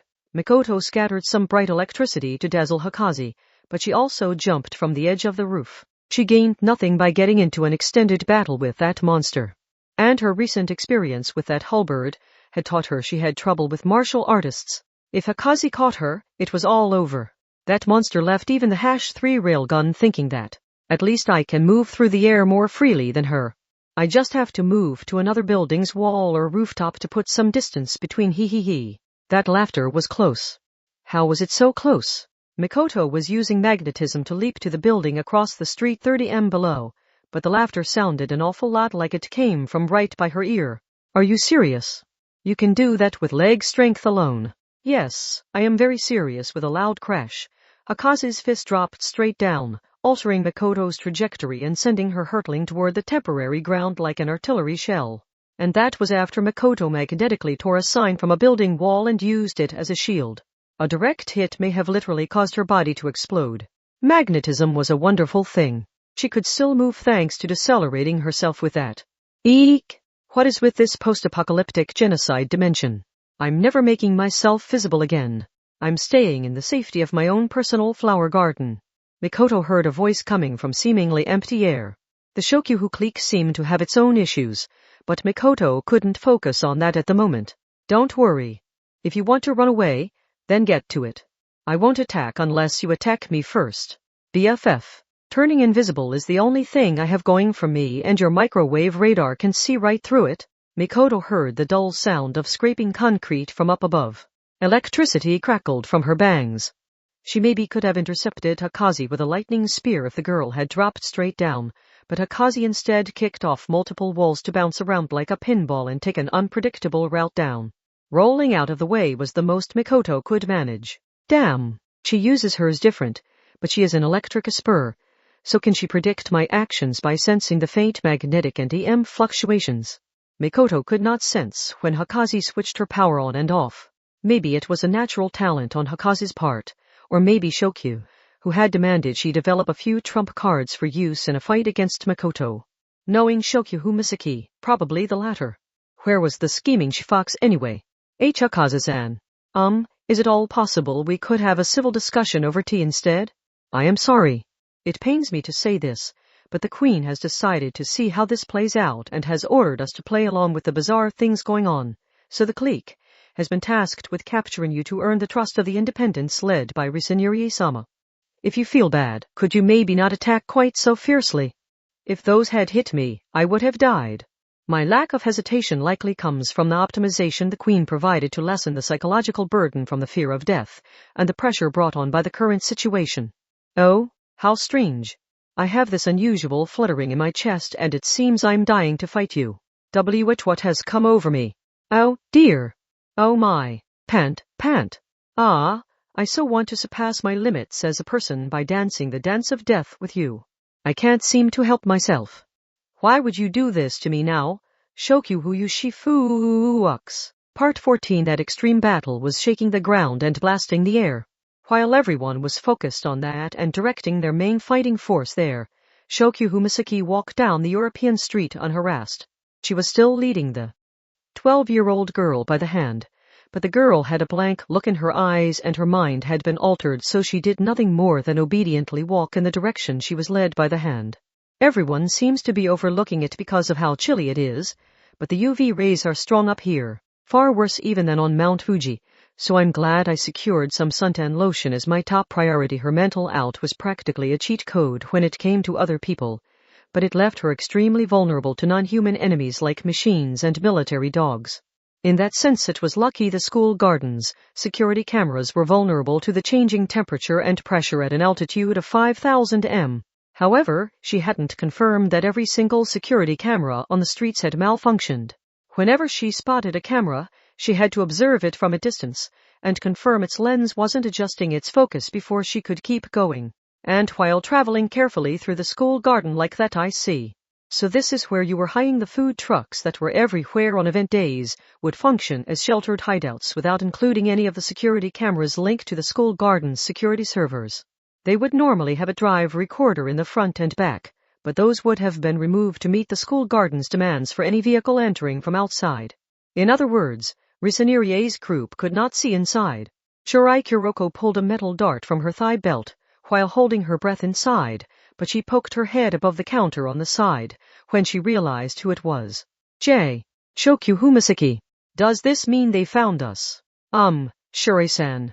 Hey, there isn't much room, Seton-san, so quit moving around. Hot. The hot water for the cup yakisoba is spilling on me. They appeared to be enjoying a sad meal chock full of preservatives and artificial flavors. Shokyuhu refused to eat anything but natural ingredients, so those complex chemical equations looked like long-term suicide to her. And how were they making cup noodles when the reduced pressure of their high altitude would have shifted the boiling point of water. No need to freak out. First, I wanted to return this girl to you. Shokyu aimed her remote and then the girl gasped. And one-chan. Tsumabake's face lit up when she saw Canaria weakly emerge from the food truck. Shokyu narrowed her eyes when she saw the small girl spread her arms and run right into her sister. She showed her face as a girl rather than as the queen. One-chan. Now. Don't cry, Hotsun. I'm not going anywhere. Sniff, sniff. That's one-chan's scent. You're so warm and soft. You really are the best. Hee hee. No one is as huggable as you. Gradually growing more and more worried, Seton decided to interject. Wait. I thought this was an emotional reunion, so why is it starting to feel uncomfortably sure why? But Canaria herself only seemed to be the doting big sister type. Sure, brushed her twin tail back from her shoulder. Hell, people are born with the love of their one-sama, search long and hard throughout life for something better, and always return to their one-sama in the end. That girl appears to have already arrived at the truth of her soul. She shows real promise for such a young girl. Right. Can we get down to business, please? Noticing the conversation derailing to the ends of the universe, Takuwadai's queen cut in. Sure, I frowned. Business? What are you even doing here? And without your bodyguard, Hakaze-san, I notice. Oh, Hakaze is over that way, working hard to keep me and this girl safe. Otherwise I never could have made it all this way without Risenirie's group noticing, even if I was dodging all the security cameras. And since it wouldn't count as a crime when done in self-defense during an emergency, she earns a perfect score if she happens to accidentally kill Misaka-san while she's headed. It was unclear how serious Shokyu was as she seriously said that, but then she shrugged. At first glance, it looks like everything is going according to plan for Risenirie Sadi's dialine, but that isn't actually true, is it? She loses points for having to rush in and silence someone who stumbled onto her secret. She loses further points for allowing anyone to notice that took place. And she loses major points for failing to silence that person and allowing her to be rescued. Do you see where I'm going with this? Haru gulped. Why, you mean the Achilles heel of her plan was out where someone could see it. So we just need to know what Canaria-san saw underground and why she was attacked. Everyone turned toward the Takuwadai second year, who was Mikoto's classmate and belonged to the newspaper club. Mikoto had said she would be extremely powerful if she used her power right, and that she had a very strong sense of justice, and was afflicted with a super slow-motion curse. My. It was a factory, began Yugir Canaria while letting her huggy sister hug away. If all they wanted to do was artificially reinforce the school garden's ground so it would survive floating in the sky, they would only need to fill it with the cubes of lightweight aluminum alloy used for metafloats, right? My. But the space down there was filled with passageways and rooms. That means it was more than just a foundation. That space was added for some kind of purpose. Namely, as a factory. She had mentioned this factory back when she was first rescued. The question was what that factory was meant to do. Risenirie's independents are using two different ideas to bind the thoughts of the school garden's students. The first is active acceptance. By painting the teachers and researchers as evil, they have created a fictional enemy to bring the students together. Even though it, isn't clear if the adults really are doing all those bad things. Canaria hugged Tsumabake like a stuffed animal. The other is passive acceptance. The students can continue their usual lives even after the school garden has declared independence and the adults have been removed. That makes it look like accepting the status quo is the smarter decision compared to resisting and possibly coming to harm. Even if people see a lost child crying next to a long line, will they want to waste all the time they have spent in line to help? My. Deep down, they know it is wrong, but as long as enough people are convinced that not protesting is the smart thing to do, Risenirie can keep the crowds quiet. That is the basic principle behind a dictatorship where a minority ruling class controls the majority.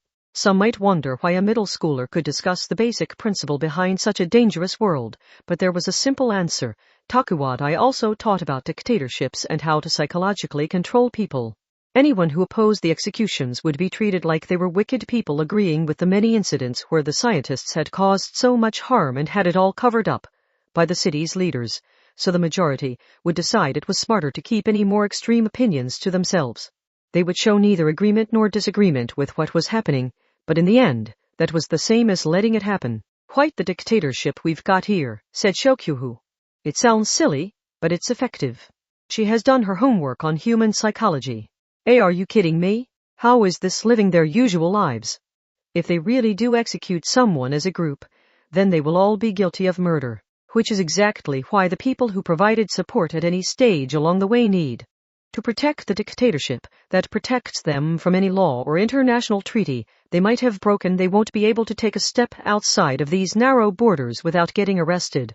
If she successfully sets up a situation where the students have to insist what other countries consider to be evil is considered patriotism in their own country, then those students will be forced to keep up the farce forever. But that isn't possible, said Yugir Canaria. Everyone turned toward the girl who had witnessed something definitive. I don't see how that factory can possibly be enough. I don't know if the design was flawed to begin with or if there was some trouble and they couldn't acquire the necessary machinery in time, but they can't do it. Based on what I saw down there, they cannot keep the promises they have made everyone. So what exactly is this factory? Hesitantly asked Yuharu. I don't see how a factory fits into any of this. Do you remember how the passive acceptance works? Risanirie's group says they can preserve everyone's usual lives without the adults, so the students decide it is best to stay silent for now. What about it? There are certain necessities for people to live their lives. Yugir Canaria approached the crux of the issue. That vast underground space contains a combination of an artificial vegetable factory and a clone meat factory like the ones found in Academy City's agricultural buildings. But its specs are not nearly enough to support everyone in the school garden. That is why they need these executions. I think they hope to solve the problem by reducing the number of mouths to feed. Reducing the number of mouths. That phrase made it hard to believe they were talking about the present day. What year was it? Shokyuhu Mizuki didn't shy away from harsher thoughts, so she decided to get the ball rolling again. Do you have actual data supporting this? Right here. Even with her super slow motion curse, Canaria seemed intimidated into action by a direct question from the #5. She hesitantly reached into the chest of her uniform and pulled out a long piece of plastic a bit bigger than a pencil lead case. It was a digital voice recorder used when doing journalism work for the newspaper club. Her phone would be able to record voices as well, but everyone would be on the lookout for something everyone carried. The separate device was useful for making a show of switching off her phone while using the voice recorder in secret. But that wasn't what mattered this time. I found a console in the factory and copied the facility specs onto the recorder's flash memory. All the detailed numbers might seem confusing, but if you convert it into a graph, it shouldn't take long to notice the production and consumption rates are out of balance. Let me see that, said Yuiharu Kazari, pulling out her PDA. I can reveal this to everyone no matter what security they have in place. It looks like the school garden's intranet is functioning, so let's use this to open everyone's eyes to the truth. Part 15. The case didn't directly affect her, but it still led her to realize the truth. No. He couldn't speak for himself. He couldn't even form facial expressions. But everyone knew he was a living being with a mind of his own. And yet I'll take care of him. I'll take care of everything. So please don't pull the plug. He didn't do anything wrong. So please wait. Please? It was over before she knew it. It only happened because he showed no sign of recovery, and caring for him indefinitely was considered a waste of money and personnel. Well, that and his genes weren't considered valuable enough. That was all it took for a life to be lost. That was when she realized the truth. She realized it all had to do with what the doctors found most convenient. Yes. And if that was how the adults did things, wouldn't they also throw out her and her fellow students in the end? Diamond suit HM?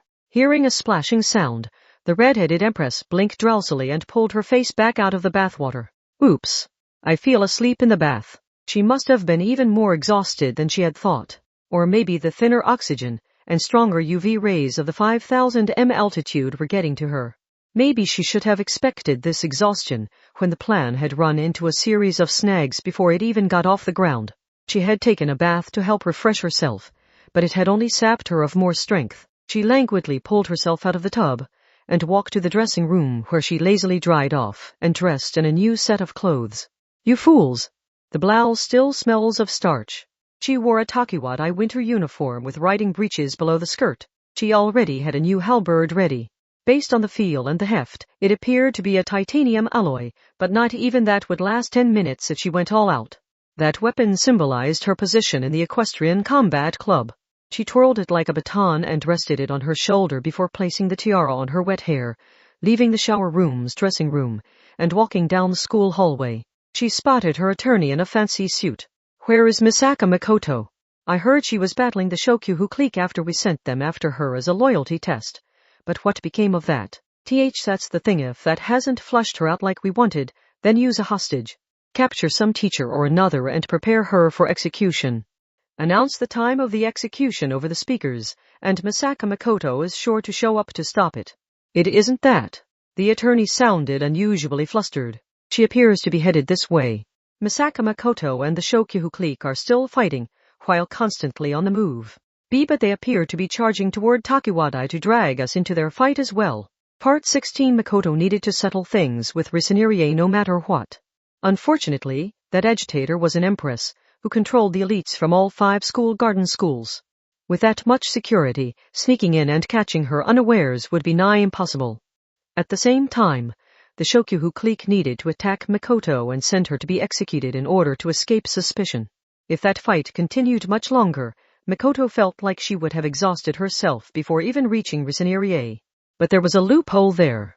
None of it was a problem if she could constantly move through the school garden, while engaged in a serious battle with the Shokyuhu clique. That let Hakazi and the others preserve their position, while the explosions and whatnot produced by their flashy attacks created a smokescreen for Makoto to move ever closer to Risanerie. Berserker Hakazi appeared to be assisting with that act, although it didn't seem to be entirely an act with her. Hakazi whispered so only Makoto would hear, while she threw punches and kicks at extreme close range. The explosions produced by the other clique members' stray shots were much too loud for her lowered voice to travel far. That sums up what the Queen told us regarding the problems facing Risanerie-sama's independence, and what she did on the roof after you left. Hopefully that will help you analyze her power. Thanks, Hakaze-san. Also, the assignment to search for you was apparently a loyalty test for anyone she suspected might consider siding with you. Most likely, Kamgu-sama and the pair from the swim team have not lost their heads, and are only pretending to search for you in order to protect you. Eh? Oh no.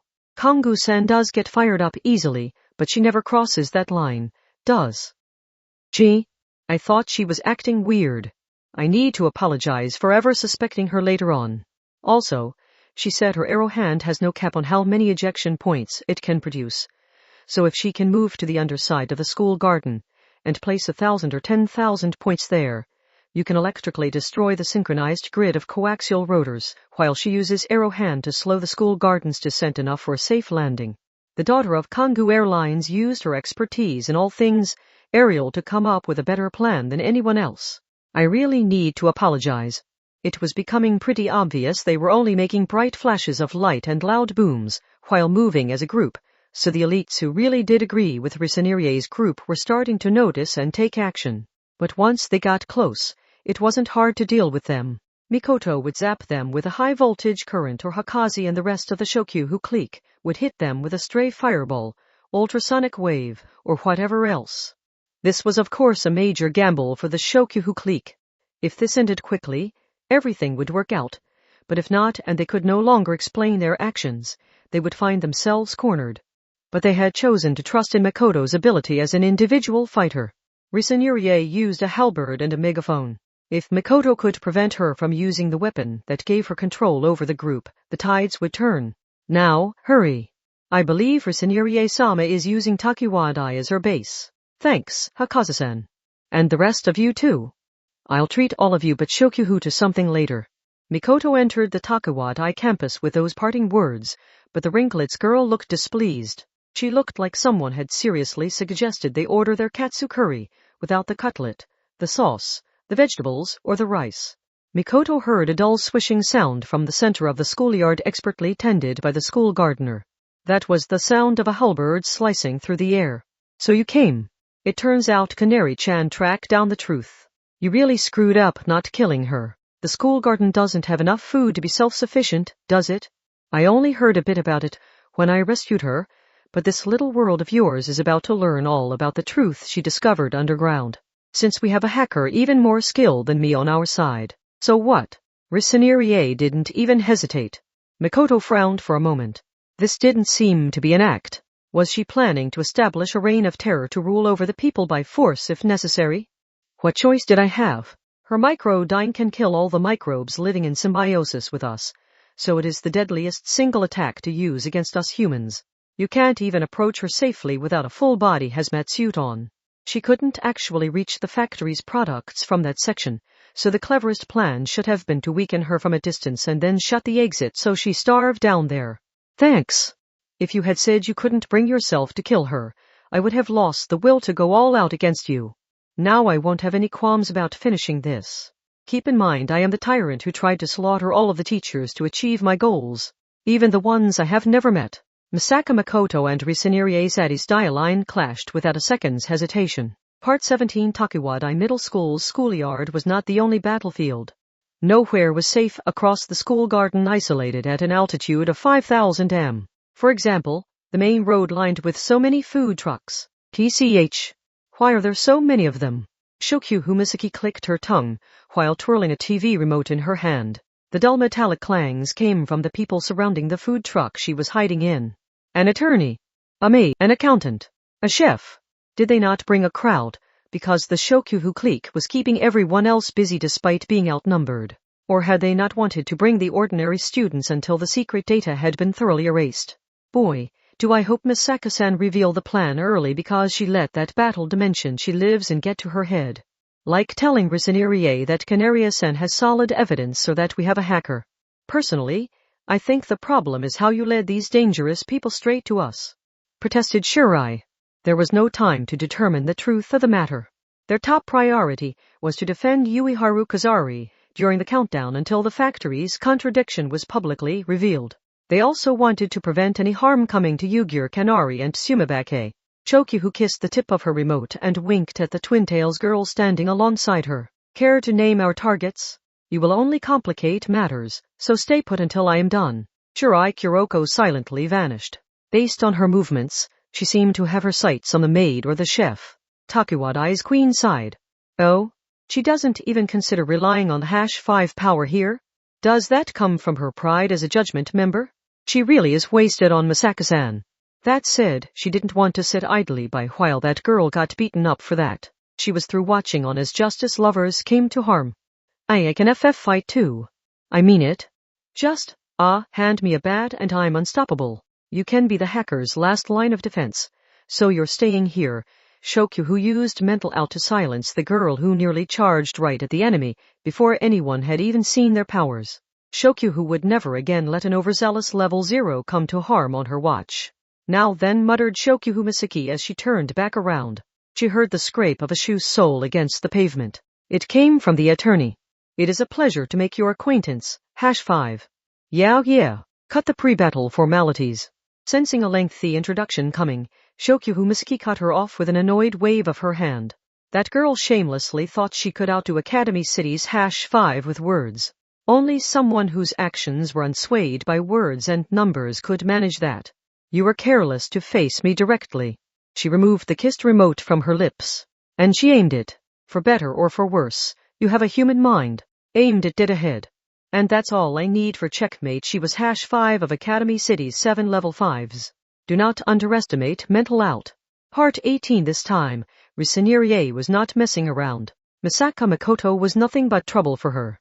Her top priority was Yugir Canaria, who knew the truth, so she wanted to deal with Makoto as quickly as possible and hunt down Canaria along with the outsider Ueharu. Even if Risenerie's site had control of the school garden's data network, Makoto's power could likely break through all the security and transmit the necessary data. If the fatal flaw in their independence was revealed, no one could predict which side the students of the 5 schools would take. So she came in fast and hard.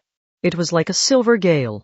The halberd technique was already enough to overwhelm Makoto, but now its destructive power was boosted by her Esper power to the point that she could easily dislocate her shoulder if she didn't stretch in advance. However, now that I know how it works, her power doesn't scare me. An explosion erupted directly below them. Makoto had magnetically pulled on a water pipe until it broke, and the fountaining water formed a wall between them. Risanirie's power forcibly increased the speed of her weapon, so Mikoto only had to slow it back down to negate that boost. At normal speed, Mikoto could just barely dodge the halberd using her full-body microwave radar. The axe split the air, but Mikoto had swung her head aside to dodge it while also taking a large jump back. You sounded awfully confident when you said the start of our first battle was only a warm-up, but if that's all it was, you wouldn't have risked it when facing an enemy. You didn't start using your power right away because you were nervous. You wanted to learn as many of my attacks and idiosyncrasies as you could so you knew when to activate your power to win with ease. Your power is strong, but it has a time limit, plainly stated Mikoto. Someone told me your precious halberd crumbled into rust after our battle on the roof. Your power is a telekinetic control of rust, isn't it? Once you activate it, you can break all of your limits and fight with such speed you can dislocate your shoulder, but it also causes your weapon to rapidly rust and break apart. How long does it last? 5 minutes? 10? If you run into any surprises and the battle goes on long, your weapon crumbles before you're done. It's called Crimson Manager. From what I've seen, I doubt it's only level 3. If you can pull out rebar and steel beams with that same speed and force, then I bet you could break any bank vault or warship you wanted. That means you're probably level 4 like Hiroko. But, added Misaka Mikoto, you haven't reached level 5. A beam of light shined bright. She had pulled an arcade coin from her pocket and tried to launch it, but the metal coin rusted away before she could accelerate it. The orange beam failed to form a stable line and fanned out toward Risanirie's right side before vanishing. Risanirie made her next attack just as the attempt failed. Mikoto tried to respond with an iron sand sword, but TCH. She can rust my coins and the iron sand. I'm not sure what her effective range is, but that didn't matter. The oxidation of rapid rusting produced heat. A hand warmer was a good example of that. So Mikoto increased the friction even further to set the collection of iron sand on fire. Then she sent the wall of flames directly toward Risanirie. Several dull crashes followed. Risanirie was launched backwards, where she rolled a few times along the ground, while the shoulder of Mikoto's uniform was torn away by the halberd's hook.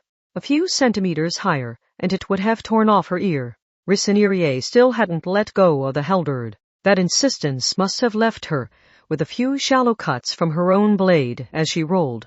She slowly got back up with some red spilling from her cheek. I am Empress of the Dialine Empire. Why should I care? You don't know. Because, unlike the rest of you, I must eventually return to my home country. And what happens to the Academy City Esper power developed inside my brain then? Did it all stem from this? After spending years developing that power, Academy City would not want her to bring it back to her country. So once her schooling here was complete, the adults would insist on removing her power. Something would happen to preserve the secrets of Esper development. So was she trying to eliminate the adult teachers and researchers who would attempt to steal her power from her? Mikoto considered it, but she shook her head. She wielded a halberd. She wore riding breeches under her skirt. She had been showing off hints at a deeper personal problem this entire time. You're the captain of the Equestrian Combat Club. You learned to wield a giant halberd with one hand so you could fight, while holding the reins, and you still prefer to wear riding breeches below your uniform. But there is one thing you're missing. Namely, what happened to your horse. Baistorio was forced to retire after breaking a leg during a training accident, and his genes weren't considered valuable enough to let him live on as a stud. Part 19. She kept vanishing into thin air. When repeatedly teleporting around, Shirai Kuroko could make use of most anything. For example, a leaf floating in the air or a slight bump on a building wall could make a reliable foothold for her. Nevertheless, she was forced to fight a defensive battle. Yes, teleportation did not provide a direct defense. When worried about an enemy attack, she had to focus on hopping every which way to dodge that attack. And in this case, explosions. Feel free to interpret it that way. A gloomy girl in a chef's uniform accurately targeted her from a distance. She muttered quietly while throwing invisible shockwaves Shirai's way. The instant after Shirai vanished, one tore into the very space she had vacated, leaving a crater in the building wall behind. Invisible attacks were a pain to deal with. If the first one hadn't crushed a leaf in the wind on its way to her, it might have killed her. There were plenty of wind spurs like Kangu Mitsuko, but this one seemed different. She made some casual movements meant to hide how she was rubbing something in her hand. That would produce friction, so her power likely started with heating something. So it is just explosions. It is not. There are plenty of other possibilities. She must have wanted to keep her power a secret, but attempting to camouflage after your opponent had already grown suspicious was a waste of time. Shirai Kuroko didn't quite understand since the identity of her power was plainly obvious whenever she used it, but there were people who preferred to keep the identity of their power a secret. Do you control flammable gases or aerosols? No, any material produces some traces of flammable gas when burned. So do you amplify that? I'm guessing this is a highly convenient and dangerous explosion power that lets you trigger a large explosion from the burning of any object you want. And no, definitely not. An explosion was technically an expansion of gas using the process of combustion. The substances commonly known as explosives simply accelerated that process so much that objects were pushed away quickly enough to cause damage. Burning anything, even paper or wood, would produce some trace amounts of flammable gas. What if someone could accelerate that speed 100 times, 1,000 times, or even more? How are you so perceptive? You aren't cheating and looking me up in the bank, are you? Oh, that's a great idea. You aren't even wearing a mask, so I can use my judgment authority to look you up. Oh, gad. No, you. She screamed tearfully. That move was apparently considered taboo in these supernatural battles of mutual deception. Sure, I doubted any investigative agency or law enforcement organization would waste its time playing along with the criminal's riddles, though. But no matter how stupid this girl was, her power was very real. Gah. Feeling faint? The attacks were invisible, but that wasn't what mattered. An attack had definitely hit Shirai Kuroko. Using a pressure cooker affects the flavor of the food. A high enough pressure allows the seasonings to permeate the meat while ignoring the osmotic pressure. Heh. If I use an explosive blast providing pressure of about 1,000 atmospheres to launch a mist of vinegar in a fan shape, I can ignore your skin's defenses and directly inject it into your bloodstream. Then? Vinegar. In other words, CH3Q at a concentration of 3%. Oh, and your entire body is going to experience hellish pain in a few more seconds. But I was actually showing you some mercy by not using alcohol. She must have been confident Shirai could not move anymore. The chef swung her hand horizontally. The scenery grew distorted there. It was invisible, but she had likely concentrated a shockwave into a 2M kitchen knife. She had the power to slice an elephant in two if she wanted. To be honest, I never cared about any of this good or evil nonsense. But the freedom to ignore all the rules did appeal to me. I never did manage to track down one legend spoken of in the city. I know shouldn't be saying this. I know it's wrong. The chef girl grinned, while holding a giant knife formed by sharpening a shockwave created from an explosion's flammable gas. Just once, I wanted to try cooking up a human. Diamond Suit Attorney Taujioki and #5 Shokuhumasaki calmly confronted each other. Neither of them moved. A stillness surrounded them. But that didn't mean nothing was happening. Sense Striker, whispered Taujioki, smiling thinly. This power is meant to give my empress a relaxing time with no trivialities to distract her, but it can also be used to attack. I do not need bright lights or loud noises to take out people's senses. Just like you can sense the pressure of a stranger standing directly behind you on the elevator late at night, people's senses are surprisingly vague. At times, they can shove aside the commonly defined 5 senses to influence the mind. Like how a hand held in the snow for too long will feel warm, or how the larger of 2 objects of the same weight will feel lighter. Anything like that will work. I can create the physical illusions that lead people to reject their ordinary senses of sight and hearing. Shokuhumasaki did not respond. She remained entirely motionless. Your power controls the mind. It was clear she was not responding. But you must indicate a target with a remote each time you use it. Your power is reliant on your ordinary 5 senses, so you aren't a threat if I keep your body from moving. And once your power is taken from you, you are well below average. I can kill you at my leisure. Just as she said that, a small flame appeared on the back of her hand. She reflexively shook her hand to the side before it hit her. What was that? Could Shokuhumasaki's power light a physical flame? When she took a look around, she realized her surroundings were engulfed in flames. The 2 of them were surrounded. That was enough to clue her in. In front of her, the girl who supposedly had her senses fooled was smiling thinly. It's an illusion. She felt pain like being pricked by countless needles. The burning sensation on her skin was so realistic. Whatever you might do to me, it's no more than an illusion. Your phantasms don't scare me. I am fine, Taujioki told herself. She only had to avoid shock brought on by fear. Whatever harm she might come to in this illusion could not affect the physical world. True, readily admitted her opponent. This is simply an illusion, none of it is actually happening. Chokyu Misaki's bottom half turned into a snake. No, it was covered by scales, but they were fish scales. The attorney's eyes widened as Shokyu's scaly legs split into 12 and flames wrapped around each one. The collision of fine soot sent thick jolts of electricity through the flames. The beautiful monster grew to overwhelming size and looked down upon her. She put her hands behind her head to show off her body, stuck out her tongue a little, and winked. The attorney could only look up and sweat. But can you ever escape this imaginary labyrinth? Diamond Suit, another of the 4 servants, the maid named Renka Effelty, took aim at Shokyu Misaki. That was Academy City's #5, so defeating her in a direct confrontation would be difficult. But who said anything about fighting one-on-one? The maid didn't know how much longer the attorney would last, but she had done enough by getting mental out to focus on her alone. After all, this was the #5. Her psychological power was most effective in group battles, so having that power used for a one-on-one battle was the perfect opportunity. Now all the maid had to do was blow a hole in the side of Shokyu Misaki's head while she stood there locked in an imaginary battle with the attorney. Renka Effelty could do that. She crouched down and took another step.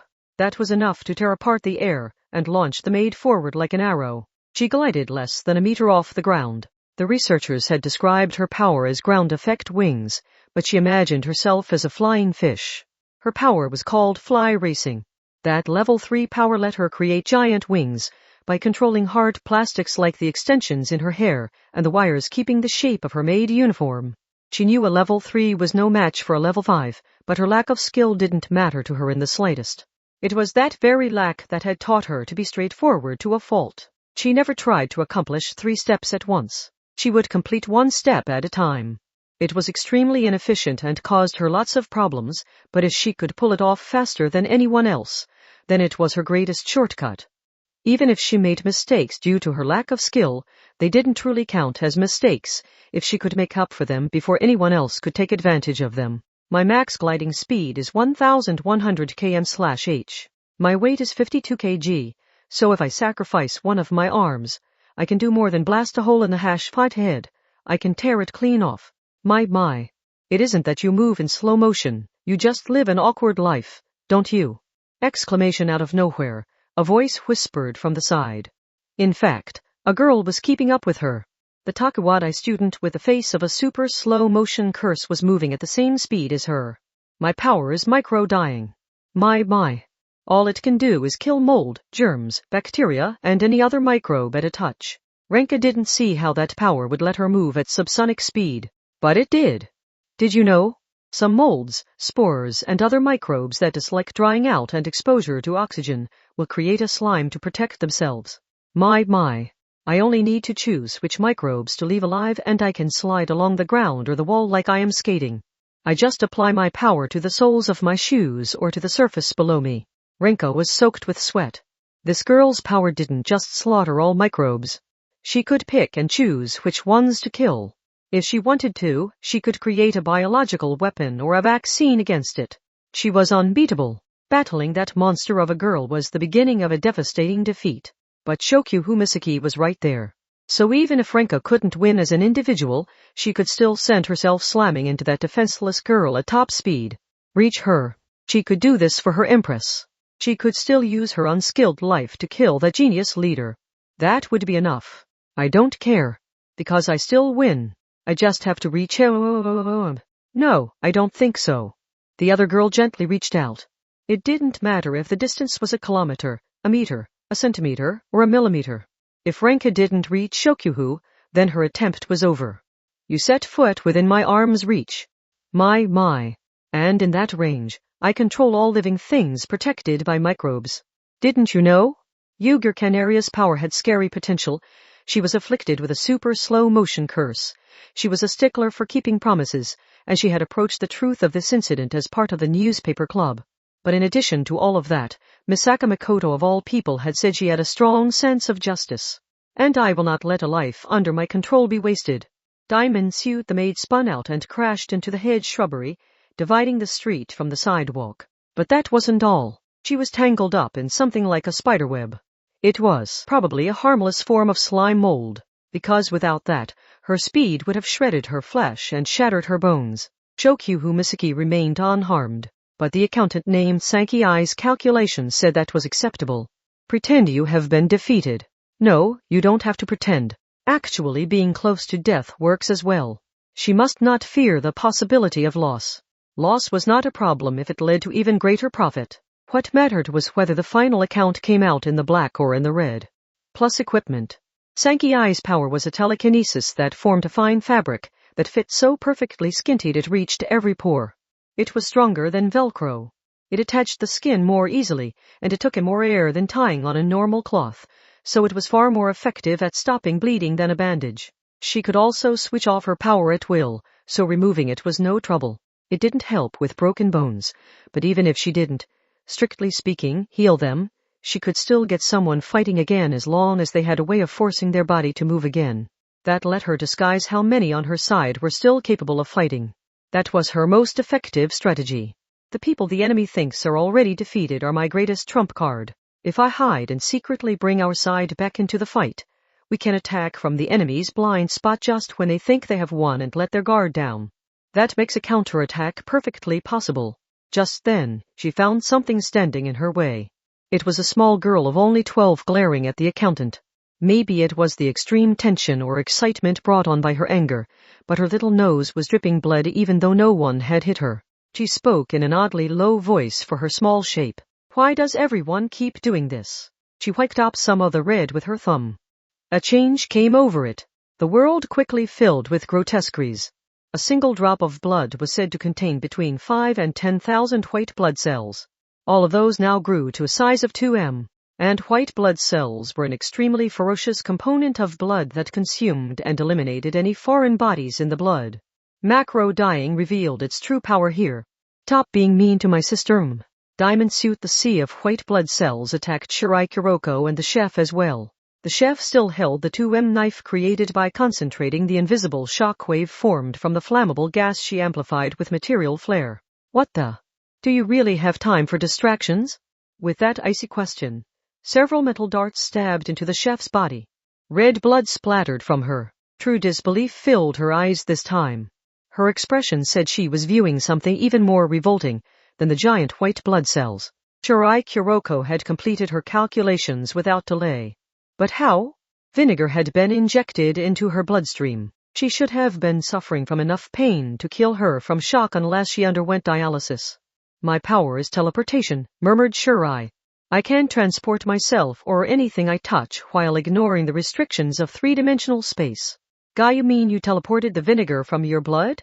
The chef immediately rejected the idea. You couldn't have. You aren't powerful enough to be immune to all biological and chemical weapons. If you could do that, not even nuclear fallout could kill you. Very true. Shirai Kuroko tapped the back of her head and sighed. No, wait. What was that? Did she have a metal dart stabbed into the back of her own head? But by applying pressure to the outside of my skull and triggering an evenly distributed headache, I can cut off all other pain. Of course, if my aim was off by just a few millimeters, I would end up with total paralysis instead. Was she crazy? A headache from external skull pressure was the absolute worst kind of headache, rivaling a subarachnoid hemorrhage. That was not a normal way of pushing yourself. How could she go that far to keep herself focused on this battle? But that was where it ended. With a pleasant thud, the chef dropped straight to the ground. A dart had stabbed into the center of her forehead, but it was not meant to destroy her brain. By stabbing the dart almost but not quite to her skull, the vibration had knocked her unconscious. That was just how accurately Shirai Kuroko could control her teleportation. With the 4 assassins defeated, no one remained to stop them. Yuiharu poked her head out of the food truck with her PTA in both hands. Everything set. I can release the data whenever you're ready. It all came down to that. That was their one and only win condition. Part 20. She lurched. Ricenerie Sadie's Dioline had prided herself in being untouchable, but this was all it took. That horse was no longer with her. Her Bistorio. That was the true motivation behind the fearsome Empress's self-destructive actions that had captured the entire school garden. They removed the medical equipment, turned away the vet, and refused to even euthanize him, letting him die in pain. In Takiwadai's schoolyard, a certain girl's smile was torn apart by emotion as she roared. These were the feelings of someone who had their greatest treasure, whatever that might be, cruelly taken from them. When I saw that, I realized they didn't treat humans any better.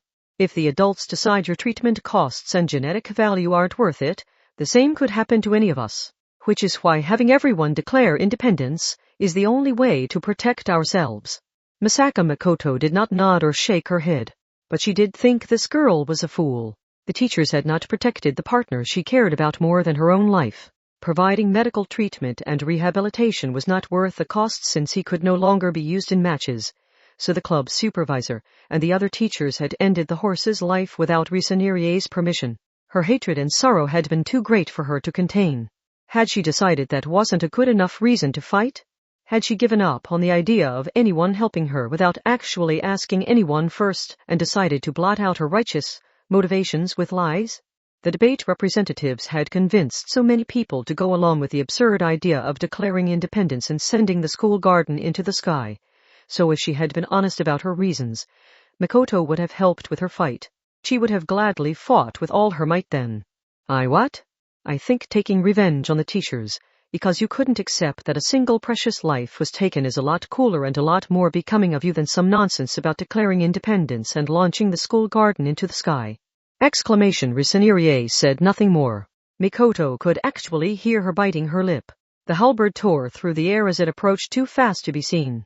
It flew in a fierce jab as straight could be. Mikoto spun around, stripped off her blazer, and let the attack catch it. In fact, she wrapped the garment around the halberd's complex blade to give her a grip on it. What?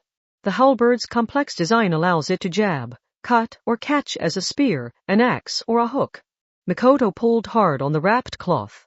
With them playing tug-of-war, Risanirie could not properly wield the halberd, and heavy weapons needed enough movement range for a large swing to gain sufficient force. It did have a blade, but it wasn't a famous katana capable of slicing through a piece of paper that fell upon its blade. With several layers of the blazer wrapped and tangled around it, it couldn't slice through the uniform fabric. Once a blade couldn't cut you, it was no longer a threat. But if I let it hit me, it can accidentally hit me with a part you didn't intend for, can't it? You're the one that said the halberd is tricky to use. And the cloth stops you from using the spear, axe, or hook no matter which one it actually catches. Mikoto flicked something up with her right thumb. An arcade coin. She had dealt with the halberd, but Risanirie hadn't lost Crimson Manager. That won't work on me. I know. Which is why I really hope you use your full power on it. Mikoto showed no hesitation as a sign of respect. She stretched out her arm alongside the trapped halberd and took aim. If I launch a railgun from point-blank range, you had better make the coin rust away to nothing, because I don't want you dying here so soon after I learn how cool you can be. An explosive boom and a shockwave shook the entire school garden, as it floated 5,000 m above the ground. Epilogue 4 girls plus Alpha Misaka Makoto stared out the school's window. Takuwadai Middle School once more took up one corner of the school garden. That of course meant a section of District 7 and not some newly formed Sky City. That plan had fallen apart after Empress Risanirie's defeat. The debate representatives who had been assisting her had not known of her true objective, so their motivation hadn't lasted long once they began to lose. I'm amazed it all worked out in the end. Did you say something, Misaka-san? Sparks crackled between the two of them. I didn't know you could manipulate enough memories to erase an incident of that magnitude. Your mental out is starting to look like pure evil to me. I can't make such a broad command without exterior's help. The end result was the same. It's your obsession with the ends rather than the means that leads you to childishly take the shortest route to your goal, Misaka-san. Shokyuhu Misaki had not in fact altered the memories of Academy City's 2.3 million people or the Earth's 7 billion. She had focused on a few specialists and online influencers. Everyone thought it had all been a surprise event put on by the 5 schools meant to show off the school garden's technology. That explanation claimed it had been a larger-scale demonstration meant to overwhelm their rival schools of Nagatan, Jauki, and Kirigaoka. That was enough to convince most people. Although Makoto thought it looked more like the people were so desperate for some kind of simple explanation that they leaped at that one, as if grasping at straws. Maybe the absurd scale of the entire school garden taking flight actually helped us out there. Shokyuhu winked. And, Misaka-san, You modified all the electronic records from cameras and sensors, didn't you? Memory ability is so vague and untrustworthy, so that level of freedom scares me a lot more. I can't do anything that broad without the Misaka network. And that's made up of the sisters. So it feels wrong for me to connect to it without their permission. For that matter, there are more computers and mobile devices around the world than there are people. I can't possibly hack them all. There would be a real shortage of semiconductors if I tried. The end result was the same, wasn't it? The way you pretend to understand and stop thinking tells me you really are a fellow middle schooler. It's almost cute. Mikoto had only hacked a few Takuwadai servers. When the adults from outside the school garden investigated, they would find a plan for the surprise buried deep on the servers, and that would make the explanation more convincing. People were easily tricked, and the people who were afraid of being tricked tended to check one layer deeper for confirmation. They never considered the possibility of further layers below that, so they convinced themselves the layer they had searched out themselves was the end of it. A certain someone had once concluded those two girls could easily commit the perfect crime if they worked together. I can't believe I had to take a lesson from the people running those sisters' experiments. Mikoto frowned in utter disgust. It had also helped them that Risenirie's megaphone had used an itching chemical to help manipulate the listener's emotions. Afterwards, none of it felt real to the affected people, like they had dreamt it all. That said, it scared her that Academy City was so flexible everything could go back to normal after such a major incident. She appreciated it at the moment, but it reminded her a little too much of when so many clones were being slaughtered in the streets and no one noticed. She needed to be careful. People tended to accept any cruelty or absurdity with little resistance when that was the more convenient option for them. Mikoto and Shokyu's level 5 powers were the ultimate example of that. They barely noticed any more since it was so normal for them, but nothing could seem more absurd to the ordinary people who couldn't use those powers. Needless to say, this was a double-edged sword.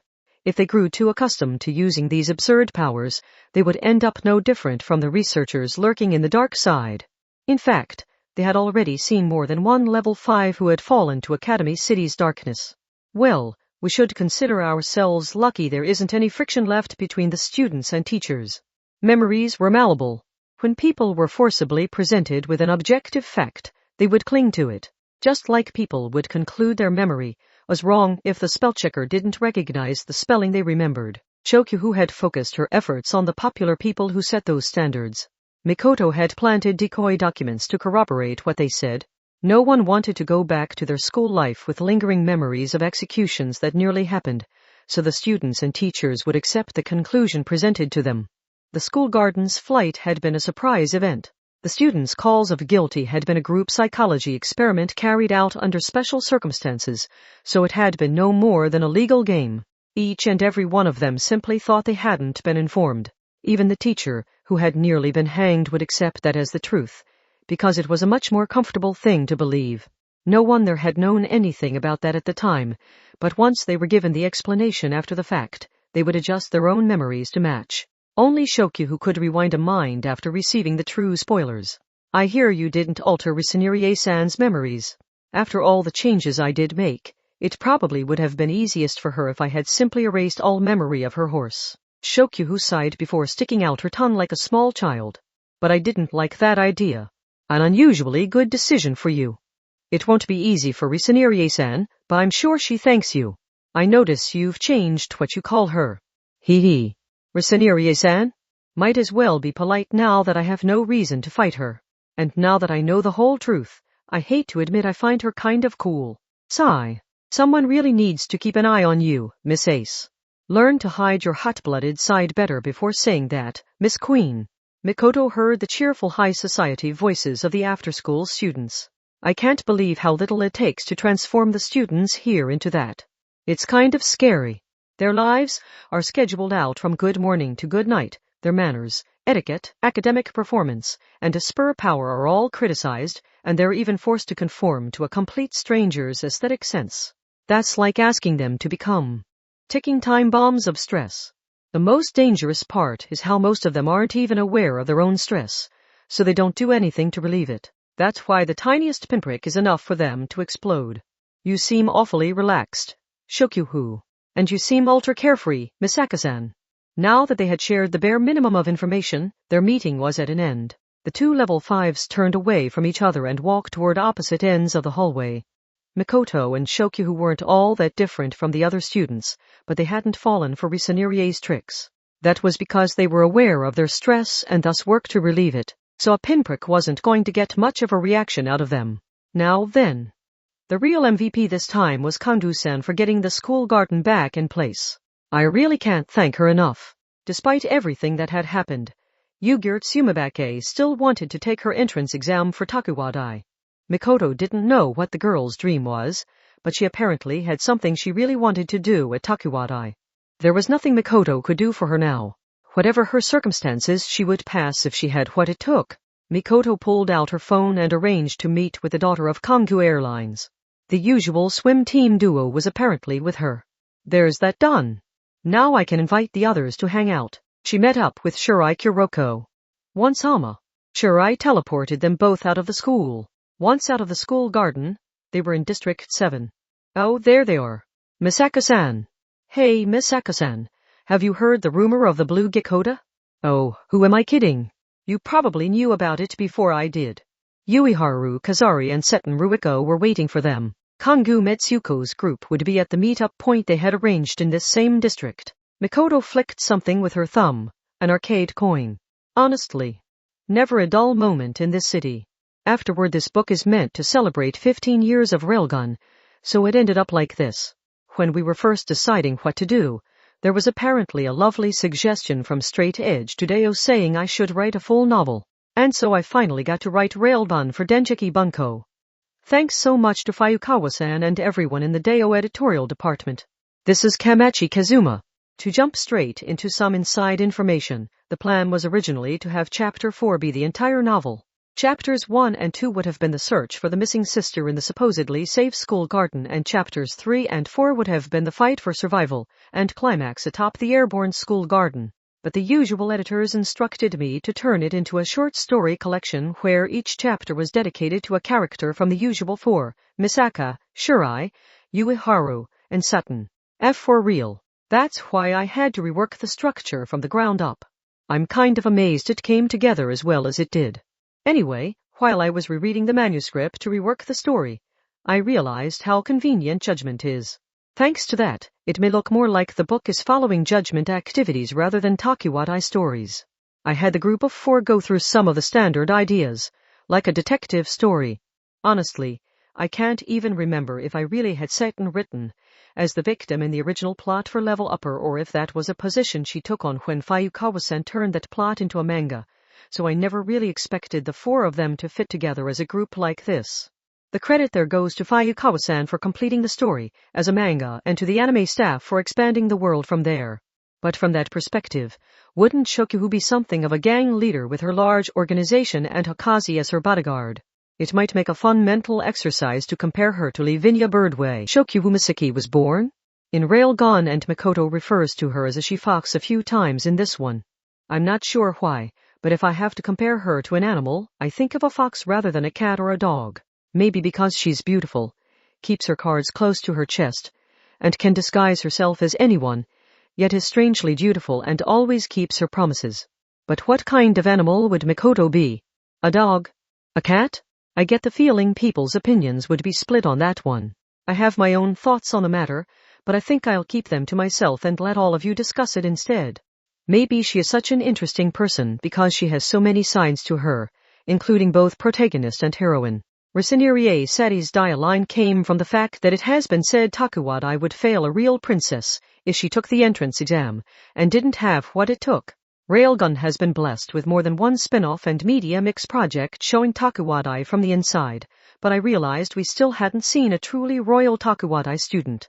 That made for a convenient way of building up a boss for Mikoto to fight, so I went with it. I couldn't decide if I wanted her to be from an empire, a principality, or a kingdom, but I finally chose an empire. I decided on her power pretty quickly, but since she needed to be able to overwhelm Mikoto in a direct fight, I had a hard time deciding what kind of weapon to give her. I was ultimately drawn to the halberd's dubious legend of being well-known and looking cool, but having so many different functions that it was hard to learn and everyone, but the elites gave up trying to use it. I also love the way it looks like a child's invention, where they combined all the weapons they like into one ultimate weapon, but gave no thought to how you would actually use it. I also realized I had never included a girl in horse riding clothes in anything I've written, so I ended up with a formidable foe who would sacrifice everything for a more unorthodox, but no less precious, life. I hope you will all accept her. Oh, right. I'm sure some of you will be appalled that this horse girl doesn't use a whip as her weapon, but try to forgive her. She sees the riding crop as a precious memento carrying so many happy memories with her partner, not as a weapon meant to inflict pain and subdue an enemy. Also, it wouldn't be a good fit for her power, and even with a metal whip she would have to throw it away every time it rusted over. I give my thanks to the illustrators Himura-san, Fuyakawa-san, Maru-Tateki-san, Kajino Chua-san, Yamaji Arata-san, Noriyasu Hito-san, Takatsu Tito-san, and Kasara and Kyoku-san. I also give my thanks to my editors Miki-san, Anan-san, Nakajima-san, and Hamamura-san, and to everyone else involved like the Deo editorial department. Academy City has many sides, but I think the transformations it underwent this time were especially impressive. I mean, Musashino Milk and an angry mob of girls shouting guilty both exist in the same city. I cannot thank you enough for drawing so many different versions of Makoto and the others, and illustrating this world that shows a different side of itself in each chapter. Thank you so much. I also have to give some extra large thanks to the readers. This novel left me feeling lightheaded at times as I went back and forth between the anime footage and world-building information to write a novel version of a spin-off manga that exists independent from the original novels, so thank you so much if you thought this looked interesting and picked it up. It is time to close the pages for now, while praying even harder than usual that the pages of the next book will be opened. And I lay my pen down for now. Come to think of it, I haven't done tea ceremony, flower arrangement, or calligraphy girls yet. 3 sisters maybe? Kamachi Kazuma.